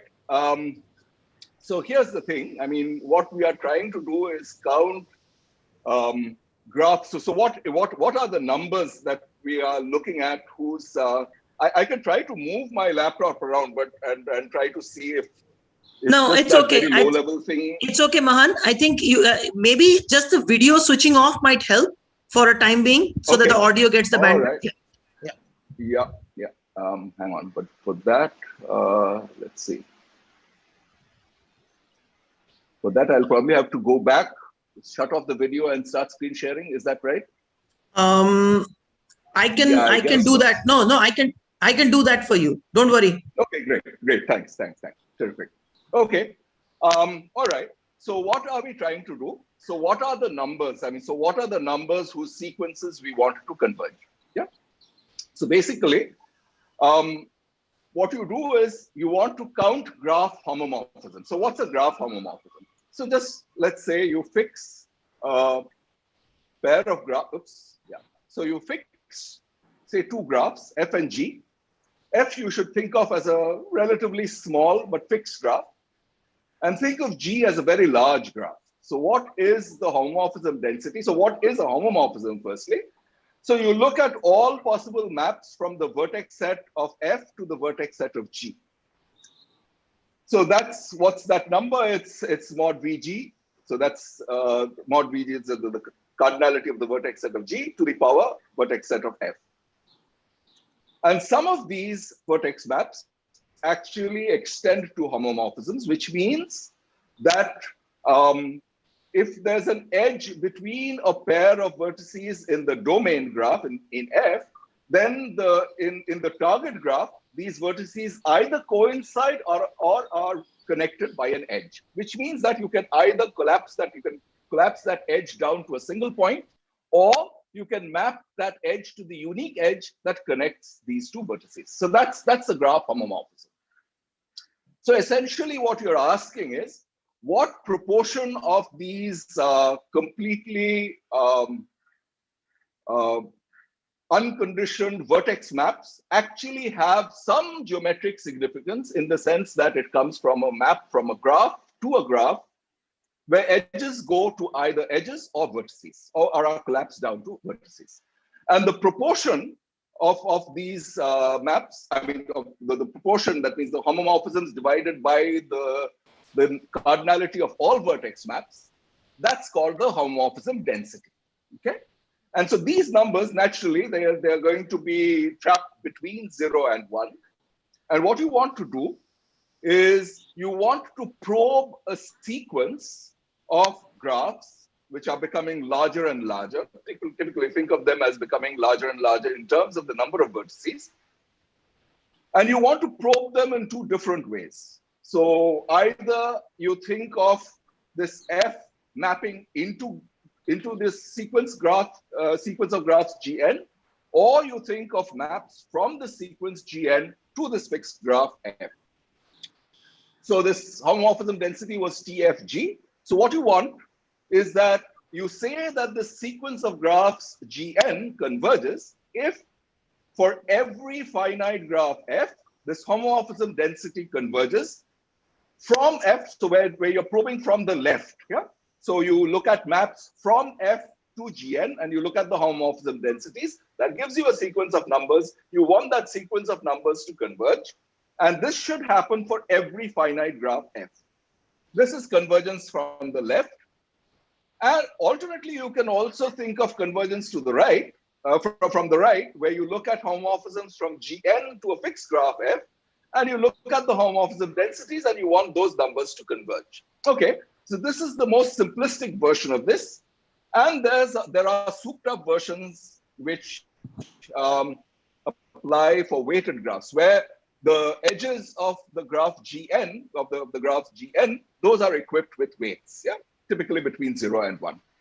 And really that's, I'll probably say a little bit about it, but right now I think I wouldn't like to go into technicalities. Just say that, well, there is a robust generalization of this to weighted graphs. All right. So these two ways of convergence, left convergence and right convergence, these have very different meanings. So what does left convergence actually measure? Say, suppose you take your domain graph to be just a triangle. So 3 vertices, 3 edges, all the edges connect pairs of vertices, yeah? So that's a triangle. And what you're looking at is you're looking at maps from the vertex set of triangles into your graph, and you're asking how many of them actually can be filled by edges. That's what it's measuring. So it's really a certain density of triangles that you're measuring in this very large graph. Yeah. So it's a certain probabilistic estimate that you're trying to make. Yeah. Similarly, instead of a triangle, you can just take the boundary of a square, and what you're measuring is the density of 4 cycles. A cycle is just a collection of vertices where edges connect successive vertices. Right convergence means something completely different. So for example, you can look at maps, yeah, graph homomorphisms, to a very simple graph, namely 2 vertices connected by an edge. So what will happen is that you're really going to send one bunch of vertices in the graph and the edges connecting them, all of them will go to, say, the vertex A. Another bunch of vertices, the complementary set of vertices are going to go to the vertex B, and all the edges that connect these two subsets of the graph, A and B, all of them are going to go to the edge that connects the vertex A and the vertex B. So really what you're doing is you're trying to measure a certain way, how many ways can the graph be cut into two pieces. Again, it's going to be some kind of a probabilistic way, I mean, some kind of, on an average, what is the way you can cut the graph into two pieces. Yeah. Now, these two things are very different. One measures local properties, the other measures global properties. And the remarkable theorem that we are leading up to, basically, and this should be the takeaway, is that in a certain qualified sense, which I'll qualify in the next couple of minutes, is that these two very different senses of convergence are actually the same. Yeah? So this convergence that we just defined right now, it's called naive right convergence because it's too naive for it to furnish something effective. So left convergence is not equivalent to naive right convergence. Hence, we use this word naive. But there is a strengthened condition. What does it do? It looks at not all homomorphisms, but you condition the class of homomorphisms, and you require that the number of vertices in the sequence of graphs Gn that map to a particular vertex V of this target graph. Okay, I have changed this target graph from F to H here. Okay, so this is on the right. So you restrict the number of vertices in the sequence of graphs that map to a particular vertex V in the target graph to be a given fraction, to be a fixed fraction, or well, maybe you can converge to that fraction of the vertex set of the sequence of graphs. So once you put this extra piece of conditioning, so essentially what you're saying is that, look, you make sure that each vertex in your target graph receives roughly a fixed proportion of the vertices in the graph Gn that go there. So this particular weighted form of naive right convergence is actually called right convergence. And one of the main theorems of these two papers that I had mentioned on the first slide by Boggs, Chase, Lovash, Sauce, and Westercombe. This last author happens to be, another very fine mathematician, happens to be Lovash's wife, as far as I know. Okay, and so these two papers, Convergence Sequence of Dense Graphs 1 and 2, the upshot is essentially this theorem in bold. Left convergence is really equal to right convergence. So this is really something counterintuitive, and I can't stress it enough. One measures very local quantities, the other measures global quantities, and somehow the convergence of local quantities determines the convergence of global quantities. Okay, so the next problem that Lovash addresses is, okay, fine, so you have these numbers converging. Can you come up with... So is there any relation between the two numbers? Go ahead. Is there any relation between the two numbers? Did you understand the question? It's Abhijit who's asking. Abhijit, could you repeat? Is there any relation between the numbers TFGN and TGNF? Yeah. Convergent. No, not quite. Limits. No, not quite. So, no, not quite. So, for example, basically just think of the graph to be an edge, right? So an edge mapped in is just going to give you the collection number of edges in the graph. Whereas on the other side, what you're going to get is something like a cut set. So certainly the cut set and the number of edges in a graph, they don't really have any satisfactory relationship. The point is convergence implies convergence. That's the takeaway. I don't know of a finer, what you're asking for is something finer. There has been work to that effect, but you really have to look at classes of finite graphs F rather than individual graphs. Okay, thank you. Does that, Can I just say something? But Mahan, you tell me later. It's a very counterintuitive result to the limited extent I've understood it. I mean, yes, yes, yes. why does such a local set of properties determine the global connectivity? I'm not able to wrap my head around it. Tell me later. Tell me later. Yeah. Okay, good. It goes via some spectral stuff.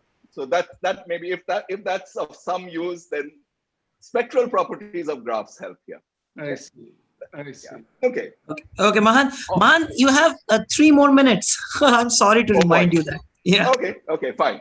So the next thing that I want to say something about is and this is where we are stepping into the mathematical territory, is how do you actually manufacture mathematical objects which realize these homomorphisms? Yeah, which realize. So is there a limiting object, which means either a geometric object or a probabilistic object, such that you can actually make sense of maps from finite graphs into this limiting object, and such that the left and right limits are actually realized by this putative object, calligraphic G, such that the homomorphisms from this finite graph to this calligraphic G and this calligraphic G, whatever it is, to this finite graph F, these numbers actually realize these homomorphisms. And I mean, this is one piece of the puzzle that Lovash solved. So this is a theorem of Lovash and Szegedy, where basically they say that these limit points of left convergence, this is just left convergence, left convergent graph sequences can be identified with what are called graphons. So what's a graphon? Basically, a graphon is a graph where the vertex set is the closed interval 0, 1 with the usual Euclidean measure, Euclidean length associated. So so the edges remember that I had said something about, made some noises about weights. So this is just a function from 0, 1 cross 0, 1, and it's a symmetric function, so, invariant with respect to interchanging x and y, and they give rise. So this is a function. So through this particular simple-minded kind of function, what enters into the game is analysis and measure theory and functional analysis, and this takes us to one particular domain of mathematics. But then the thing is, this is just when the graphs are dense, this is relevant, which means essentially that the valence of every vertex is comparable to the total number of edges in the graph.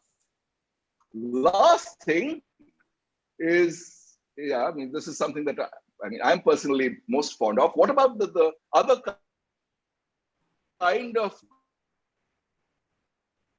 graphs, other kind of large graphs that come from say computer science, sparse graphs? So basically, what do we mean by sparse graphs? So think that the degree of the graphs are about 2 of which are called graphings. And really the is to think of these as Benjamini and Schramm are probabilists. So these are Benjamini-Schramm limits of bounded degree graphs. So now what does it mean? And I'll spell it out in the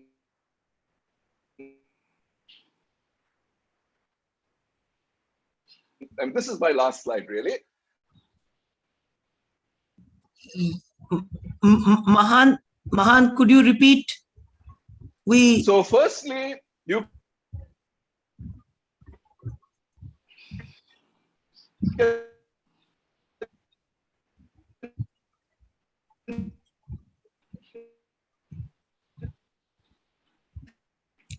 we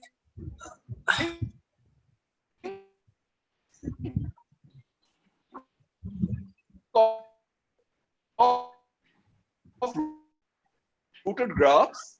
Suppose the am I still? Could you start over from Benjamini-Schramm limits? Okay, fine. So basically, so the quick way to say this is Benjamini-Schramm limits. So I'm just going to spell out what Benjamini-Schramm limits are. And essentially, if you have, say, a bunch of rooted graphs, what does it mean to say these are just so graphs with special, so some vertex in the graph has been defined as a root. So what does it mean for the sequence of rooted graphs to converge? It means that larger and larger balls in the graph, as you go further and further out in the sequence, they stabilize. They become some fixed finite graph. So the collection of vertices at distance less than equal to n from the root, you join them up all by the edges that are there in the sequence. After a point, this just does not change.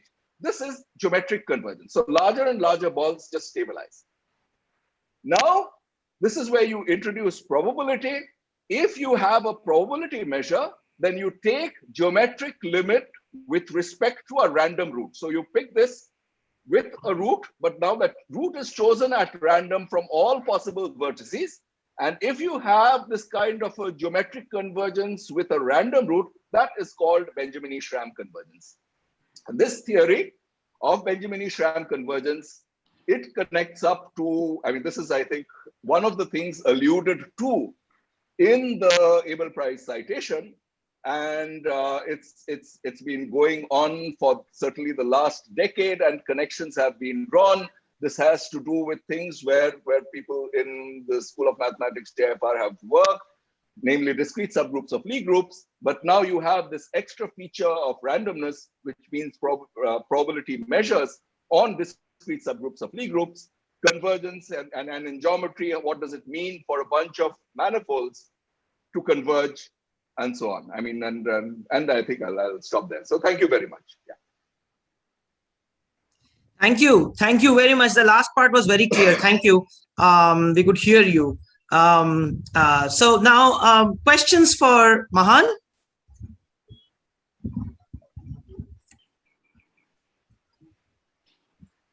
I just wanted to say, if you could also unmute yourself, I'm not asking a question, please unmute yourself and please sort of at least give a clap for Mahan. That would be very nice. Thank you. Thank you. Thank you, everyone. If there are no questions that are pressing, we will move to Hariharan. Any comments? Okay, Mahan, I think there are no more questions. If there are in the chat, I will try to relay it to you.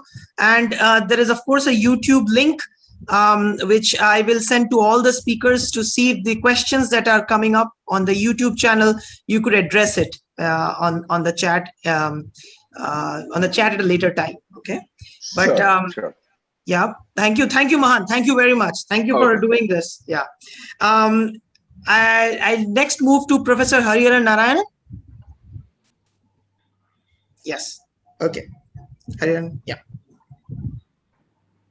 So many apologies for the entire thing running 20 minutes late, but please bear in mind that we are constantly with internet issues, and we want to ask questions to our speakers, so it takes a little bit of time, and the description of the work takes time. So thank you for staying with us. Okay. Yeah, Hariharan.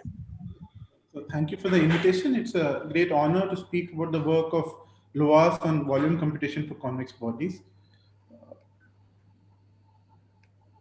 So I'll start with the model. Here we are interested in computing the volume of an arbitrary convex, bounded convex set in Rn. So it's not only polytopes or some easily described convex set. So the model is going to be with a black box.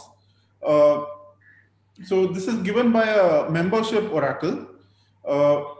So if the person running the algorithm has access to the convex body via this black box and may query the black box with a point to which the answer is yes or no, depending on whether that point lies inside the convex body or not. So this is called a membership oracle. We also know that there is a ball of radius little r centered at the origin that is contained inside the convex set K, and also a ball of radius capital R centered at the origin that contains the convex set K. So this is the information that we have. And this is in n dimensions. And we are interested in computing the volume of this convex body. So I already described the containment. This is the first line here. So one surprising result was that it was shown by Elekes, Barani, and Furedi that in this model it is not possible to deterministically compute the volume even in polynomial time in the dimension n, relative error epsilon, and log r, where r is that parameter with the larger ball, divided by the smaller ball whose radius I'm now assuming is 1, with relative error epsilon, even if epsilon is as large as n to the cn. So even if epsilon is increasing exponentially, it is not possible to deterministically determine the volume in polynomial time. And this is a result of Elekes, Barani, and Furedi. So this is now a negative result. However, it was shown by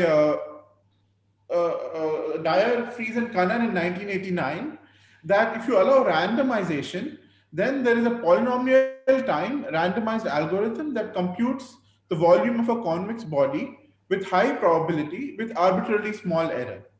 So this is in dramatic contrast with what we previously saw. You could not even achieve an exponential relative error, but here you can have an error that is an arbitrarily small constant, and in fact the dependence on epsilon is polynomial. So you can have epsilon to be like, say, n to the 10, 1 by n to the 10, where n is a dimension, and you will still have a polynomial time algorithm with high probability.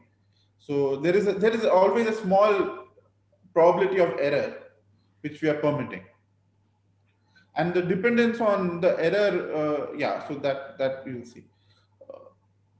So here, so why does the naive Monte Carlo sampling not work? So the first thing one might think of if one were using randomness is to say that, okay, we have this convex set K in this ball of radius capital R. Why don't we pick random points in this ball of radius capital R, and then count how many of these points lie inside the convex set K, and take the ratio.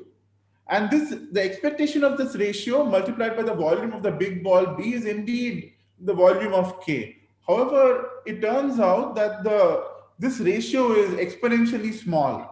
When when n is large, this is not going to lead to a polynomial time algorithm. So this so this is not going to give an efficient algorithm. But what was done is a slight variant of this. You have these sequence of balls, starting with the ball that is contained inside the convex body, and then you increase at each stage the ball's radius by 2 to the 1 by n, which is roughly 1, which is 1 plus ln 2 by n, roughly speaking. And in the process, what happens is that the volume exactly doubles of the balls. So the volumes of these balls exactly doubles with each increasing ball. What we care about, however, is the intersections of these balls with the convex set K. This is what we will be caring about. So it turns out, due to the convexity of K, that even these intersections, here they are written as Ki equal to K intersection Bi, where Bi goes from the ball contained inside the convex set to the ball that contains the convex set. All of these convex sets have ratios that successively never more than double. And so, as you see below, you have this equation that the volume of K is a telescoping product of ratios of volumes of convex sets, and each of these ratios is never more than 2. And so we somehow got rid of this one problem, which was this exponential difference between the volume of the set outside and the actual set we care about. But there is a catch, which is that we don't know how to sample any of these intermediate sets at this point. So if you could sample from this larger set efficiently, then you could indeed count the number of points that fall inside the smaller set and obtain an estimate of the relative ratios efficiently, of the relative volumes efficiently, and then use that in the telescoping product. So, but now we have to learn how to generate random points from Ki. So this is going to be done using a random walk. So what was done originally in the work of Diaphyse and Kannan was to define a dense lattice in Rn and do a random walk on these tiny cubes of this lattice. And then once you do this random walk for sufficiently long, you just you get a cube. And now you pick a random point in that cube. If that random point lies inside the convex set, you accept the point, otherwise abort and repeat. So this is the algorithm for sampling the convex set. And what matters here is the conductance, which I'll talk in greater detail. It's basically some notion of how well connected this Markov chain is. So the conductance of a Markov chain is the infimum over all subsets of measure less or equal to half of the probability of jumping out of that convex set in one step using a Markov chain. And this is going to be related to the quality of an isoperimetric cut of the state space. So this general mixing bound was first proved by Loaz and Simonovitz. There was an earlier version due to Jerem and Sinclair for finite Markov chains, but Loaz and Simonovitz generalized it to some very general class of Markov schemes, which included continuous like measures in Rn and with kernels of the Markov chain that were measurable in a suitable sense. So what is this mixing bound? Suppose mu0, mu1, mu2, etc. is a random walk, and pi is the stationary distribution, and sigma k is the distribution after k steps. Let m be the sup norm of the starting density with respect to the stationary measure divided. Then what this says is that if you take k steps, then what is called as total variation distance, or the maximum difference between the probability of being in some set versus the stationary measure that is assigned to that set. This is always less than square root of m times e to the minus k phi squared by 2, where phi is the conductance we just described. And the mixing time is greater than 1 by phi, but less than log m divided by phi squared. So some of the problems that arise in computing in sampling from convex sets are that the boundary is a sort of a difficult issue, because when you get close to the boundary, you tend to get stuck. The Markov chain gets stuck.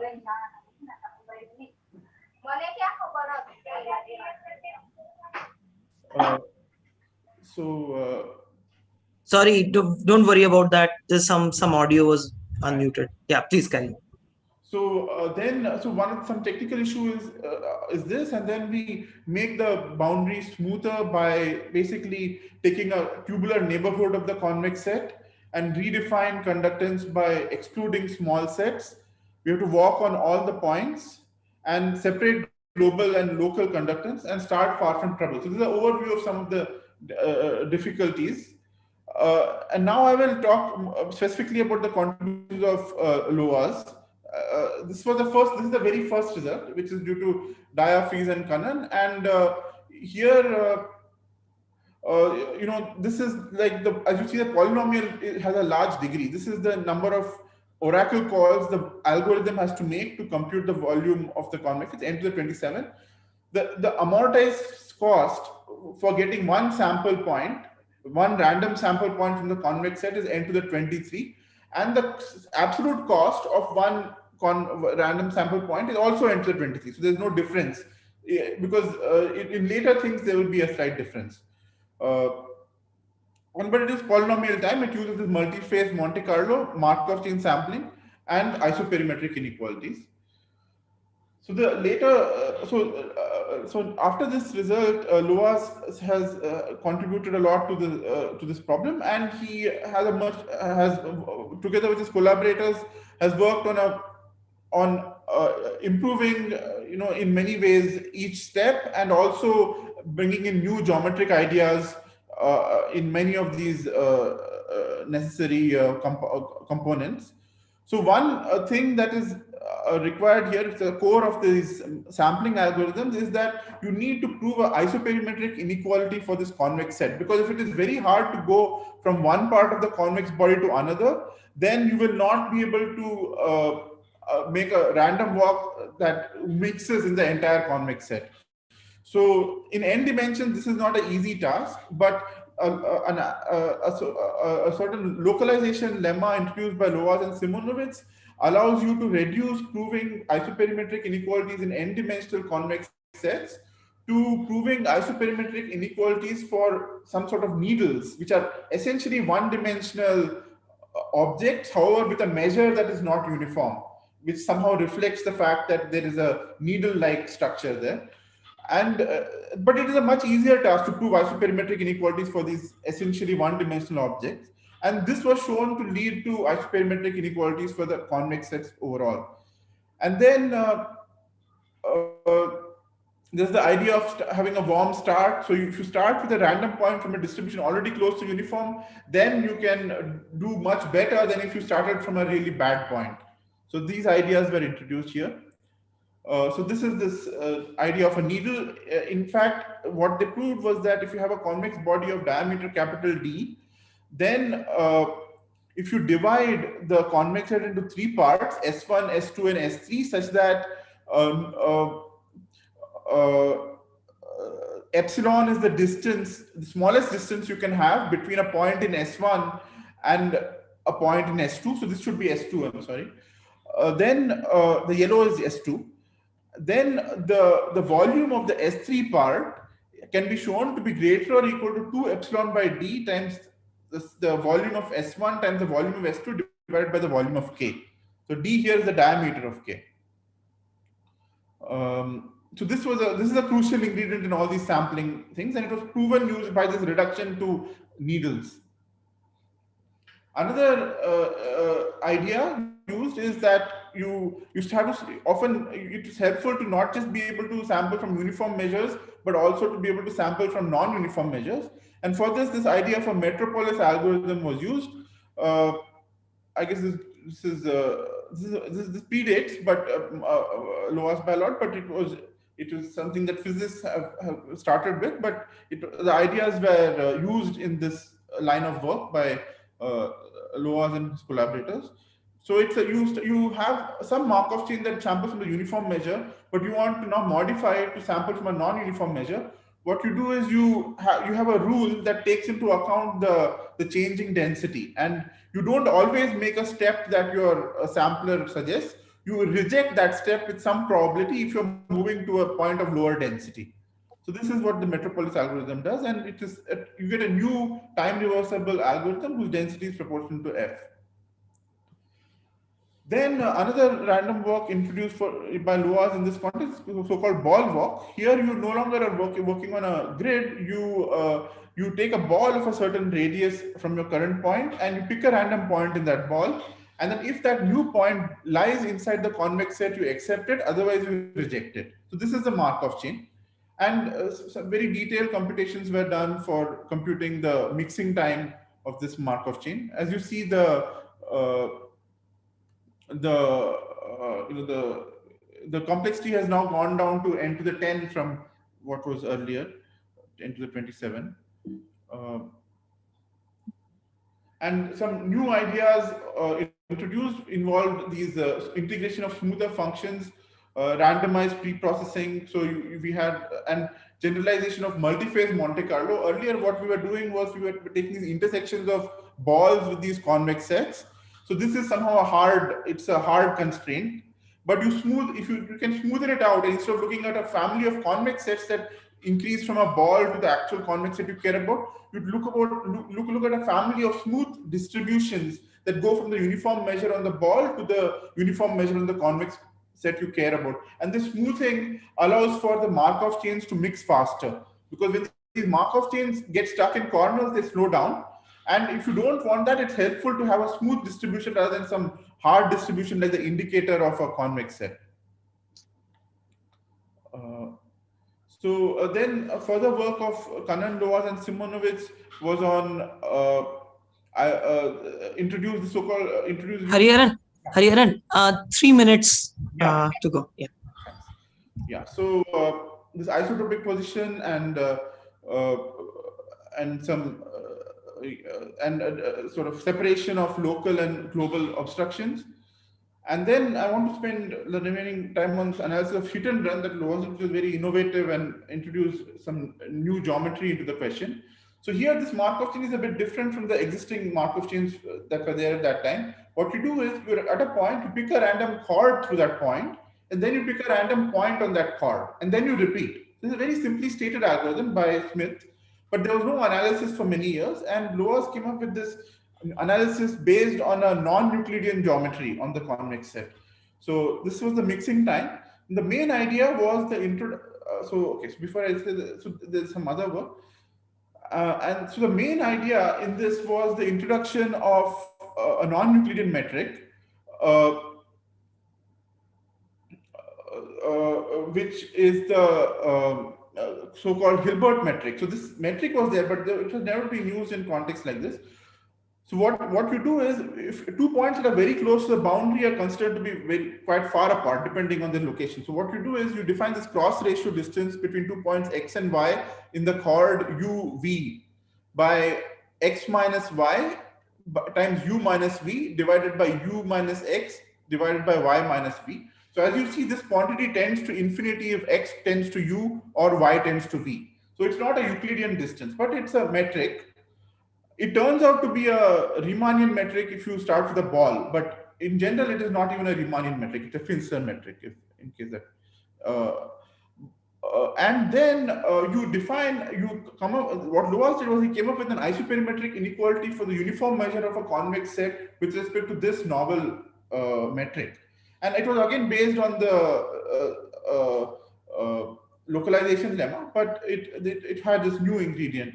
And so one thing I skipped was, just because you have an isoperimetric inequality, you don't immediately get mixing, because these Markov chains, they are finite steps. They're not infinitesimal steps. And because of this complication introduced by the finite length steps, you have to somehow show that the Markov chain is related to the geometry. And that is often non-trivial. So if I can go back for a sec, I'll just mention that you have to prove this purely geometric isoperimetric inequality, but then you have to relate the probabilistic distance, which is essentially the total variation distance between the kernels of the Markov chain are two very close by points, with the distance between those two nearby points. So there has to be some sort of continuity.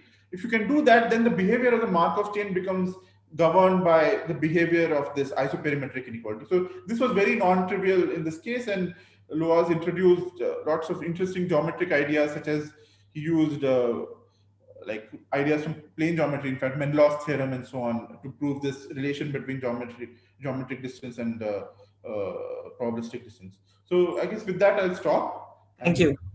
Thank you. Thank you, Hariharan. There is a question from Shubhrajit Bhattacharya. Yeah. By the localization lemma, do you mean the Loaz local lemma? No, this is different. That will be there in the next talk. Okay. Okay. Any questions for Hariharan? Any further questions? If there are no questions, please unmute yourself and just give a big round of applause to Hariharan. Thank you. Thank you, Hariharan. Thank you for doing this. And, okay. So now we move on to our last speaker today, Professor Jaikumar Radhakrishnan, who is going to actually talk about the Loaz local lemma. So.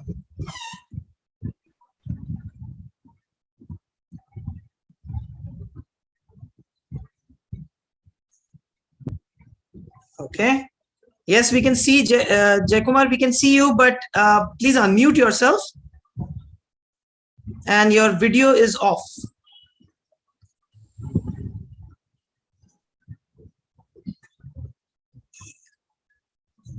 We can't hear. Yeah. And your video. Yes. Perfect. Yes. Sorry, we're running 20 minutes late. No. Thank you for waiting. So let me start sharing again. Yes.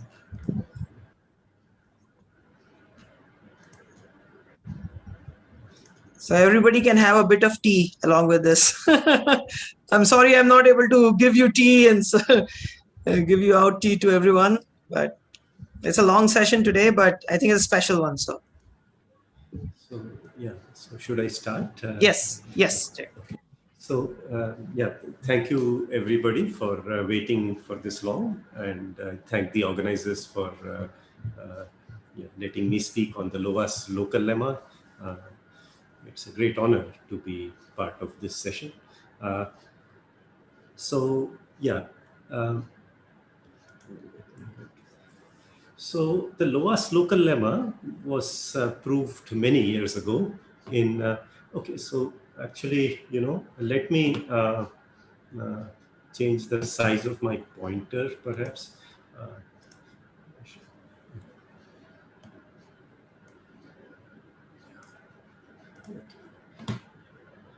So,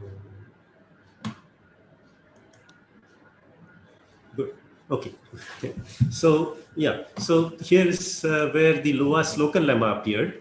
It was a paper in a volume in 1973, and LOAS was a young person. I think this is a little too young for that time also. LOAS was 24 years old. And this was a joint paper with Paul Erdős. So this paper was about coloring hypergraphs. Now, it's not important for us to know what hypergraphs are or what is coloring, but many of you probably know. And this paper started on page 609, and then on page 616, in passing, they have this lemma. Okay, and this has come to be called the LOAS local lemma. Now, what I would like you to do, and I don't think a good talk is expected to do this, but I'm going to read this lemma. And I would like you to try and understand what you can of what this lemma is trying to say. Okay. And my goal is by the end of whatever, 15 to 20 minutes, I would like you to, I would like to fully convey what this lemma actually is saying, and maybe also tell you the proof. Okay. So that's the idea. So let me just see. So there is a graph G. By graph, we mean some nodes, and those nodes are connected by edges. And on each node, there is an event. Event means a probabilistic event, yeah, whatever that means. And then what do edges represent? Now, you have to understand this. If you take a particular event, which is one of the nodes of the graph, and you exclude all its neighbors, then this event is completely independent of the other events. Is that clear? That is, any dependency that this event has is perhaps to its neighbors. Once you leave those neighbors out, it is completely independent of the others. And there are only a few neighbors. That is, in principle, this particular event seems to be dependent on some small number d of them. And if you exclude them, then it is independent of the rest. Furthermore, suppose each event has a very small probability of happening. Okay. So you notice that the d here, the number of neighbors that it has, appears in the denominator. There is a slack factor of 4. We will understand the role of this 4. And if this probability is very small for each of the events, then there is a way of excluding all these events, meaning there is a point in the probability space where none of these events happen. So once again, think of these events as bad events. These are things we would not like to happen. Okay. If these events have small probability, but small in terms of the degree of any vertex, then it is possible to find a way or such that all of them are excluded. Now, don't read too much into find, etc. I'm not talking about any algorithms at the moment. I'm just saying that there is a non-zero probability of none of those bad events happening. Okay. All right. So that's what this lemma says. And I'm not sure it was clear at all. So what I'm going to do is I'm going to shift to some other way of trying to explain this. And let me see. Do you see this? Yeah. Yeah. And what are these? So Yes. so can you see this? Yeah. Yes. Yes. Yeah. So here there are 64, an array of size 64. Each of these is a spinning wheel. Okay. When I click on it, it will start spinning. Okay. And there are little boxes here. These boxes are actually your events. That is, so let me just spin this. So it spins and it produces a number in the range 0 to 16. Okay, so I have rigged this up so that each of these spinners will produce a number between 0 and 16. And depending on the value of the two adjacent spinners, this particular bad event will either happen or the bad event will not happen. If you see a red there, then that means the bad event is happening. And if you see a green, that means the bad event is not happening. Okay, so let me just spin them all. Okay, so they are all spinning. I don't know what it is. Yeah. Now you see there are some flashing red places. Yes, those bad events have happened. Okay. Yeah. So now what we know is that each of these events has a very small probability of happening. Yeah. Why? How do we know that? That's because that's the way I programmed it. Each of them has a very small probability of happening. But since there are many, many of them, some mishap happens somewhere or the other. Okay. And we would like to find a configuration for these spinning wheels so that all these reds are green. Okay. Does there exist such a configuration? Okay. And Lois's local lemma tells you that under certain circumstances, there will be such a configuration. Now, why is it called a local lemma? It tells you how low the probability of the events need to be in relation to their dependence. Now, let me try and explain, and I would like you to guess. If you take this event, I hope you can see my pointer, this event, yeah, it shares causes with some other events. For example, what value this spinner took, if I spun it again, if I spin this spinner again, this event is not going to change because its value depends only on these two numbers, namely 11 and 6. I hope you can see 11 and 6. Yeah. And 11 and 6 was a good pair of values for this event. Yeah. So the bad event did not happen. But this 0 and 4 happened to be bad in this part. That's why the bad event has happened. But the point is that any event here shares causes with only a few other events. Is that clear? Yeah. So, yeah. So any event so this particular event has a common cause with this because this event also depends on this spinner. This event also has a common cause with this one because it depends on the same spinner, on the same spinner, on the same spinner, on the same spinner. Yeah? So on this one. But this one, once you leave these events, then what happens to this event has absolutely nothing to say about the probability of this event. I hope this is clear right now. Okay. So let me go back to my lemma and let us see if it starts making more sense now than it did before. Okay. So let me minimize this and I hope you can still say this. I don't know if this helps. Yeah. So what does it say? So now these AIs, yeah, these AIs, what should you think of these AIs? These are the events, those boxes. How many bad events did we have in our picture?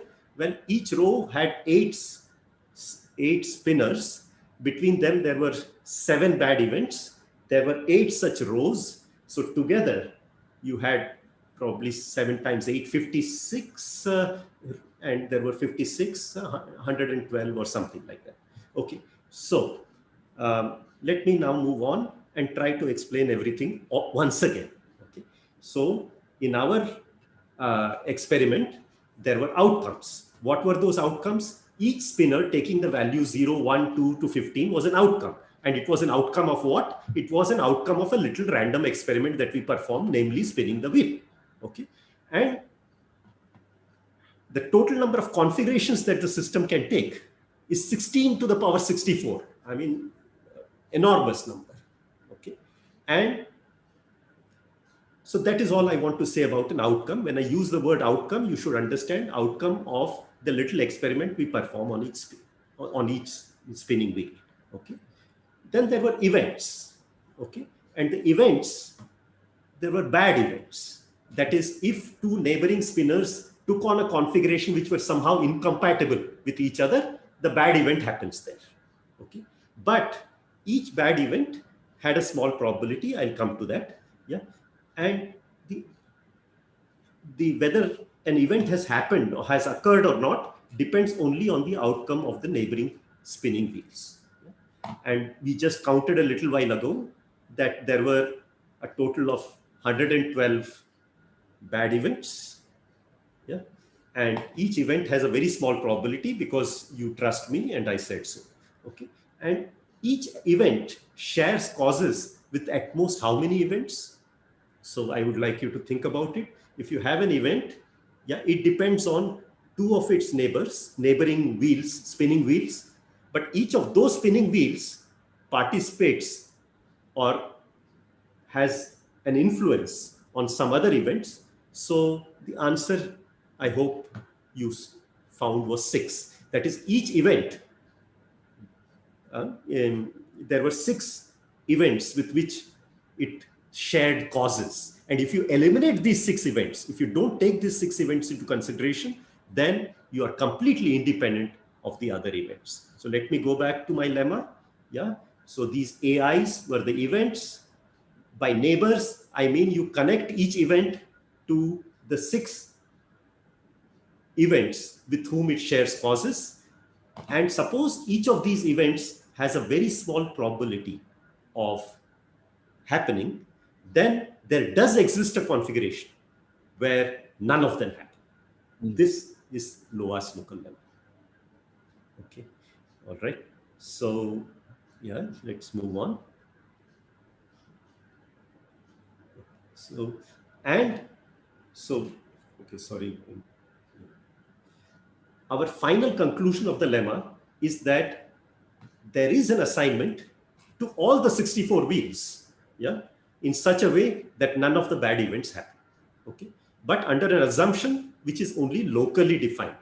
The lowness of the probability depends only on its local degree. It doesn't depend on how many events are there. Okay, so for example, I will say this once again a little later, so let me not say it now. Yes. So in general, when you study probability, you have this thing called union bound. Okay, I mean, you don't need to know it in advance. Let me tell you. So suppose there are T events, and each of them has very small probability. Okay, then if P times T is less than 1, then there must be some point where none of the bad events happen. Okay. So this is one way in which you can sort of show that no bad event happens. If you had a guarantee that each event has small probability, which we do, and also a guarantee that the total number of events is small, then if the product of these two numbers is less than 1, then these bad events cannot completely occupy or fill up the probability space, because P times T is less than 1. There must be some occurrence in the probability space where none of the bad events happen. And if no bad events happen, we have got our favorite configuration. All right. But in the example that we have, yeah, we don't have a control on the total number of bad events. The total number of bad events was 112. Okay. And lowest local lemma puts no restriction on number of events. You could do this experiment for a 1000 by 1000 grid with the same bound on P, 1/4 times the degree, and degree here was 6 perhaps. Okay, no matter how many events you have, if P times T, 4 times P times T is less than 1, then there exists a configuration. So that is the amazing thing. You can take as big a graph as you want, as big a structure as you want, if the condition that you're going to impose will only be a local condition. And once you satisfy the local condition, your global success is guaranteed to exist. Okay. So yes, but let's not discard this principle. It doesn't have this complete strength of Lowa's local lemma, but it tells you something. There is another thing that allows one to conclude that bad events are possible to avoid. And what is that? Well, if you have events, even if those events have 90% probability, but they are all independent, then it is possible to avoid all of them, because the first event has probability, even if it had 90% probability of occurring and it's a bad event, then with 10% probability it will not occur. So we have avoided the first event. Now, conditioned on having avoided the first event, the second event retains its old probability. Why? Because the events are independent. That means we can also avoid the second event. And having avoided the first two events, you can also avoid the third event, because each of them has probability only 0.9, not 1. So there is a small gap, and that gap keeps getting multiplied. And in the end, you have avoided all the events. So there are two principles that are going for us. One is, if you can show that your probability is small in relation to the number of other events that are interfering with you, that's a good thing. I mean, that is the spirit of the union bound. And if you have independence, that's a very good thing.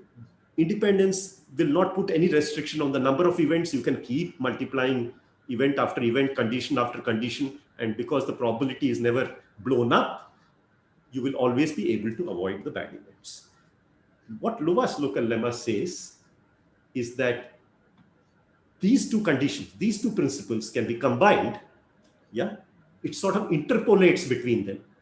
Instead of trying to put a restriction on the probability in terms of the total number of events, it puts a restriction only in terms of the local degree, and it comes up with the same conclusion that you would get when you had complete independence. Yes. Okay. All right. So this is what I said. So Jaikumar, 3 minutes. 3 minutes.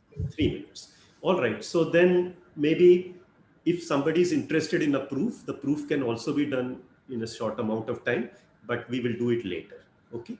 So let me just say what, yeah. So if each event, here I have said ij because we are on a two-dimensional grid, but don't, don't get too serious about this ij. If each event has a small probability, and if 4pd is less than 1, then all bad events can be avoided. I'm just repeating myself. That is what the Lowa's local lemma says, and that's all I wanted you to know. Okay, good. Questions? Now, I'm not going to take any questions. I'm going to just pretend that my friends have asked questions, and I'm going to answer them. So here is a question that Kedar asked, okay, and he will probably be shocked to know this. Is this constant 4 the best constant in the Lowa's local lemma? Okay, the answer is no. Scherer in 1985 said that no, you can do it where instead of the 4pd in the local lemma, there is a constant 4 here. Yeah, you could replace it by the constant e, which is 2.718, which you know. Okay, but this is universal. If this inequality holds, you are always safe. But if you say for a particular value of d, Scherer says that if this number also, if d is large, starts looking like e, and you recover this equation. But in general, this will be a slightly smaller number than e. So if you know your value of d, you can get away with a slightly better constant by just computing this number. Okay, and for when d is 1, half, and I think you should be able to guess that this is a very trivial sort of statement. And Scherer showed that this is tight. That is, you cannot do better than this. That is, if you try to put a constant here, which is smaller than e, then you will have a counterexample. There will be graphs where you can rig up events with probabilities such that this inequality is true, but still there is no way of finding a global configuration where all events are satisfied. Okay. Yeah. So this was the first question. The second question was actually asked by Deepak Dhar. Yeah. So there are these events, and Loas says that yes, there is a configuration which it exists. And as we saw in the independence example, when you have low probabilities and you are multiplying a huge number of them, you come to a very tiny probability. A tiny probability and zero are basically indistinguishable.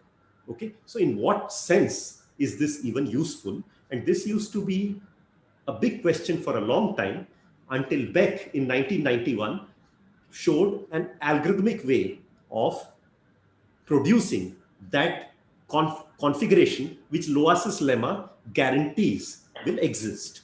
And there was a beautiful work in 2009 which gave a very simple algorithm. And what I'm going to do is I'm going to return to this and illustrate that example, that algorithm for you. So do you see? I have spun all of them.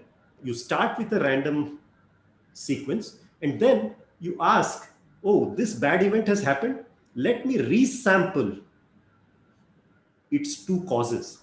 Let us blame these two spinners for having created this bad event, and I click them. And then they take a new value. Hopefully, this red turns into green. Yeah, okay, let me try here. This red turns into green. Hopefully, yes, it does. Okay, and it does. Yeah. But sometimes in the process of correcting this, this was a perfectly good event. But because you spun these two to correct this one, this bad event happened. And now you are worried that is this ever going to stop? Yeah, it didn't help. Let me try again. This time it worked. Yeah. Jyotishman, give me a minute. This algorithm is taking a while. No, don't worry. Yeah. I don't know why this is not spinning. Yeah. Okay. Let me spin them. Okay. Yeah. Let me keep spinning them. See, some bad events are happening while correcting some good events. Yeah. This is life. Yeah. That's true. Good. Yeah. Okay. And am I done? Yeah. Yes. Now, okay. So what did Moser and Tardosh say?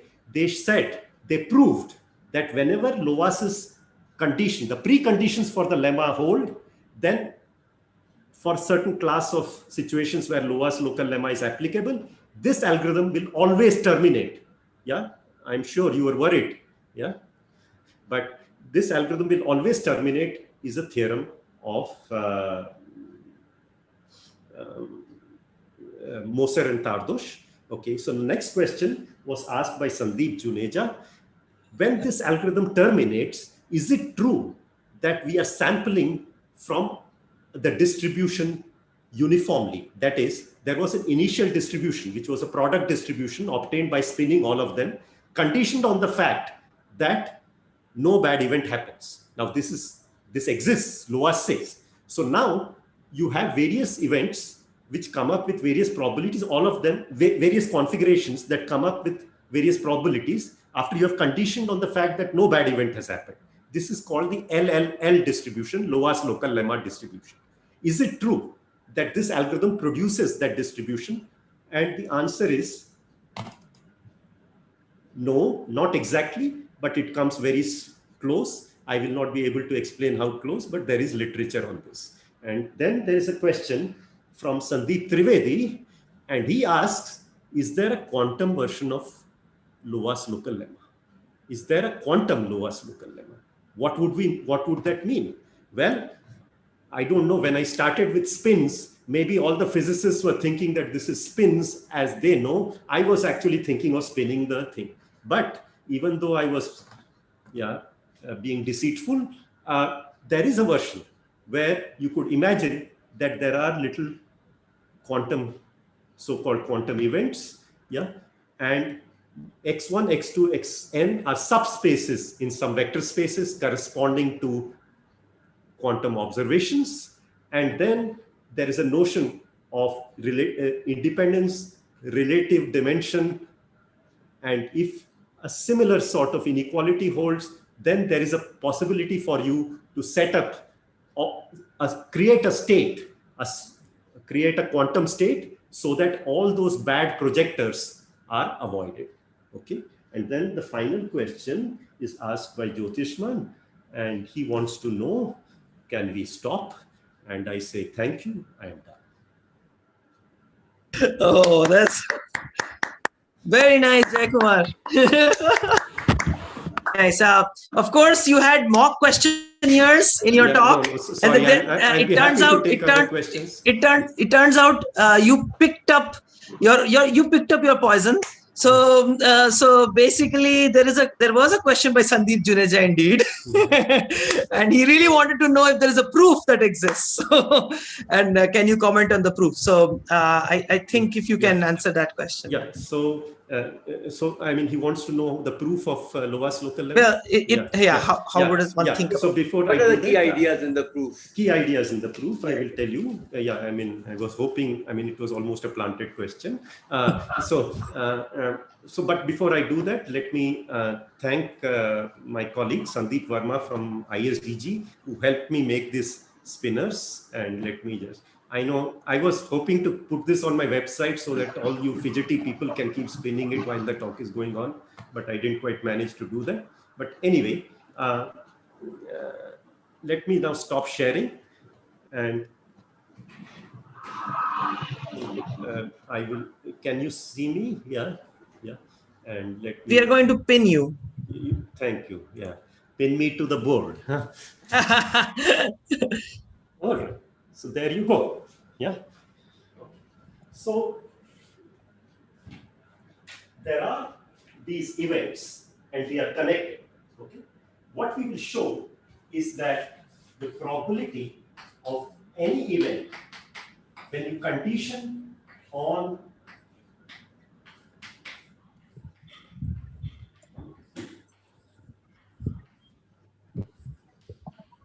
so let me try and explain where we are going. Okay. So you see, in the case of independence, we could have said, well, the probability of A1 not happening is greater than 0. Yeah. Then the probability of A2 not happening, given A1 hasn't happened, is also greater than 0. In fact, it is the same as the probability of A2 because they are independent. And you could keep multiplying this. Okay. Now, why can't we do it in this case? All right. All right. So let us, probability of A1 not happening is correct. Now, if things are not independent, yeah. So let me draw this probability space. This is a probability space with how many points? 16 to the power 64 points. Okay. You have said that A1 hasn't happened. Now, if A1 hasn't happened, what we are now restricted to this space. Yeah. Conditioning on A1 not happening. If A2 is also a small probability event, but if A2 lives completely here, then the probability of A2 relative to the conditioned space has increased from P to something else. And as you keep conditioning, and you come here, that AI, which was a small probability event, now starts looking pretty menacing, becomes big. Okay. But if these were independent, then the proportion that AI has in this part, in this space, is the same as the proportion that this event occupied in the whole space. That is the meaning of independence. I'm just insulting you by saying this. Okay. Now, what we will show is this statement. Okay. That is, no matter how you condition on the non-happening of some events, the probability of some event can go up, but it will not go up by more than a factor 2. Okay. Now, I can write whatever I want, but this seems to be, this is the cleverness of Laszlo Lomas. This is some sort of a self-fulfilling prophecy. It is some, and let me just explain that. Okay. So what is it? So now suppose you have found out some way of excluding the first 10 events. Okay, so you have excluded the first event, second event, or maybe the first 99 events you have excluded, and you are now left with this list. Okay, now here is event 100, and you want to know in this space how much probability does this event occupy. All right, so there are some events here which are completely independent of this new event that you are trying to talk about, because all but D of them are independent. So let us now condition on those all but D that have not happened. Now here in this part, A100 retains its old probability, that is P. This is event A100, and its probability after excluding these which are not related to 100 by those edges, that is still P. Okay, but we are not interested in this space. There are those D of them which are related to this, who also have to be excluded, and then we have to compute this problem. So the total number of things that we are trying to exclude includes some which are independent, D of them which have something to do with you, and then it is you. Okay. Now this P, when we excluded these faraway events, had probability at most P. And so how big is this space? Yeah. So this space, in this condition space, you have a numerator of P, and denominator there are, you want to exclude these, but the induction tells you that they are at most 2P, and there are D of them. We have rigged up the P as 1 over 4D. Remember, P was at most 1 over 4D. This number is going to be at most half. That means this fraction is at most 2P, which is what we want to do. Yeah, it's almost, I mean, it's some sort of a magic. I will leave it at this point. Yeah, so the message, Loa's local lemma. Yeah, it's a tiny lemma when it was proved, but it has been hugely influential. I have only told you some things about it. There was, it has connections to things in statistical physics, which you should ask my colleague Piyush Srivastav to talk about. There is a fat paper by Scott and Sokal from NYU, and there are other connections to some things done by Dubrushnik and others. So anyway, the message is this: you would like to exclude bad events, yes, and if the local dependence is D and your probability is small enough to deal with that D, you put a little bit of a slack factor of 4 in this proof. Smarter proofs will put smaller slack factors, and in the end show that it is possible for you to exclude all these events. Okay, this is one thing Loas did, but I mean, you need several days of talks to talk about all of Loas's works. Perfect. Perfect. Jaikumar, this is fantastic. No, it was fantastic. Fantastic. Please give a big round of applause. Sorry, all of you speakers, I think today who have presented, thank you for doing this. For all, there's a big heartfelt thanks from the natural sciences faculty across the board today to all of you for explaining to us the sort of, at least giving us a feel for what the prize was all about, the Abel Prize this year. And we can clearly see the importance of the work. There's one question that Amol had asked. I found it interesting. Sure. I would like to pose that to Jaikumar. Yeah. If most of the vertices have a degree D much smaller than 1 by 4p, but there is one vertex with D greater than 1 by 4p, is the theorem applicable anymore, or can it be salvaged? Yes, so unfortunately, the conclusion that we have is a worst case condition. We want no bad event to happen. Now, if you had that one vertex has large degree, but it could be that you rigged up the bad situation just near that vertex and you killed it. Okay, that is, there was no possibility of you even satisfying things locally. But I think the deeper question is, do we really need this uniform condition? Can we have people's probabilities depend on their degrees in such a way that we could still draw the same conclusion? Such versions of the lemma exist, where you do not insist that everybody's probability should have a uniform bound of P and everybody's degree should have a uniform bound of D. You could write it in a different way and get conclusions. These are called non-uniform low-Hurst local lemmas. Okay. Thank you. Thank you, Jaikumar. Any other questions for any of the speaker? You can ask now, please. Arkadev is here. Prahlad is here. Mahan. I just wanted to pass one remark. So I think they are called the weighted low-Hurst local, right? Weighted local. Asymmetric low-Hurst. No, weighted. Asymmetric is a special form. Weighted is the most general form of the low-Hurst local. Yeah, sorry, my names are all off. Okay, Arkadev. Any questions, comments, remarks, even within the speakers? Most welcome. Arkadev is here, Prahlad is here, Hariharan is here. Unfortunately, Mahan had to leave for another session. Jaikumar is here. So, questions, comments? Okay. If there are none, yes, Mehboob. Yes. Yeah. So it says that there is a non-zero probability that no bad events occur. So do we have any number for this probability, or is this just that this is greater, the probability is greater than zero? I mean, do you have a formula with respect to D and Well, unfortunately, that probability, even if there was total independence, it would be exponentially small. Yeah. So in this case, since after conditioning the conditioning on non-happening of the bad events, it was at most 2p. So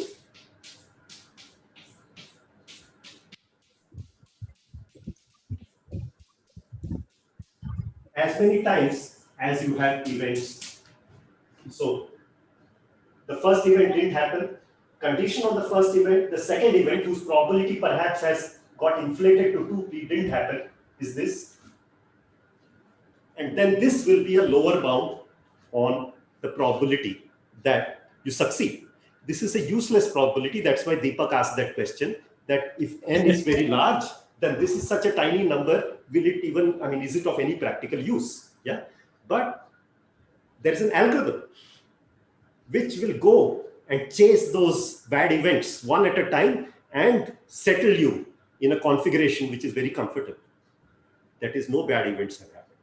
Okay, so please don't be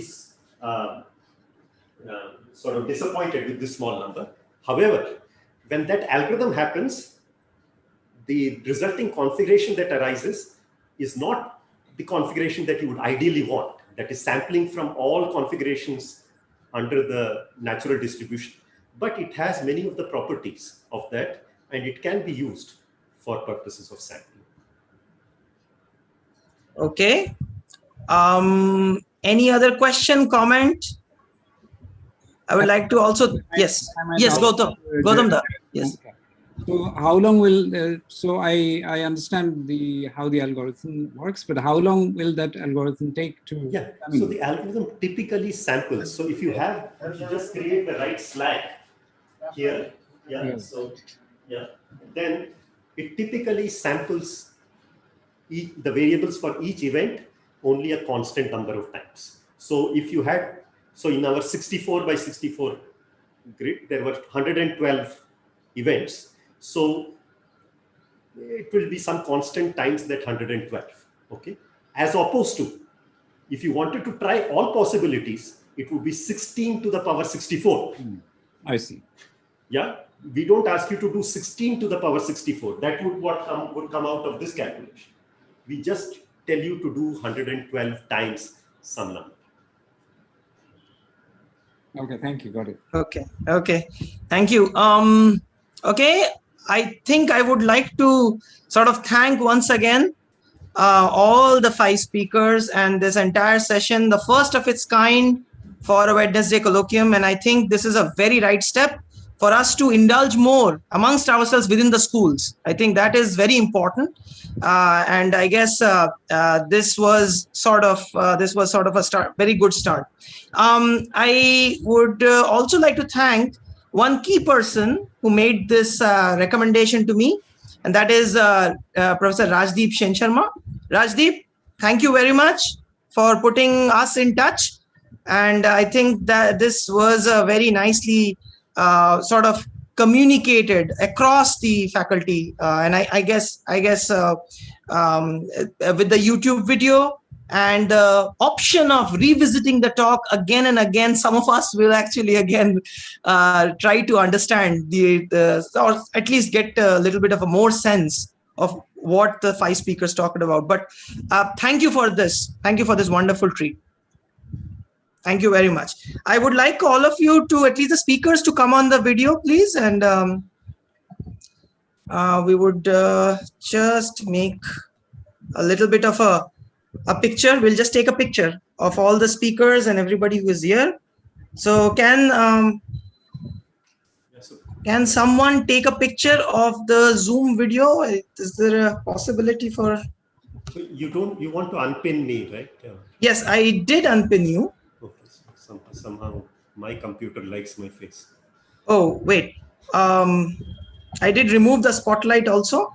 So if please, if you want to come with your video on, that will be very nice.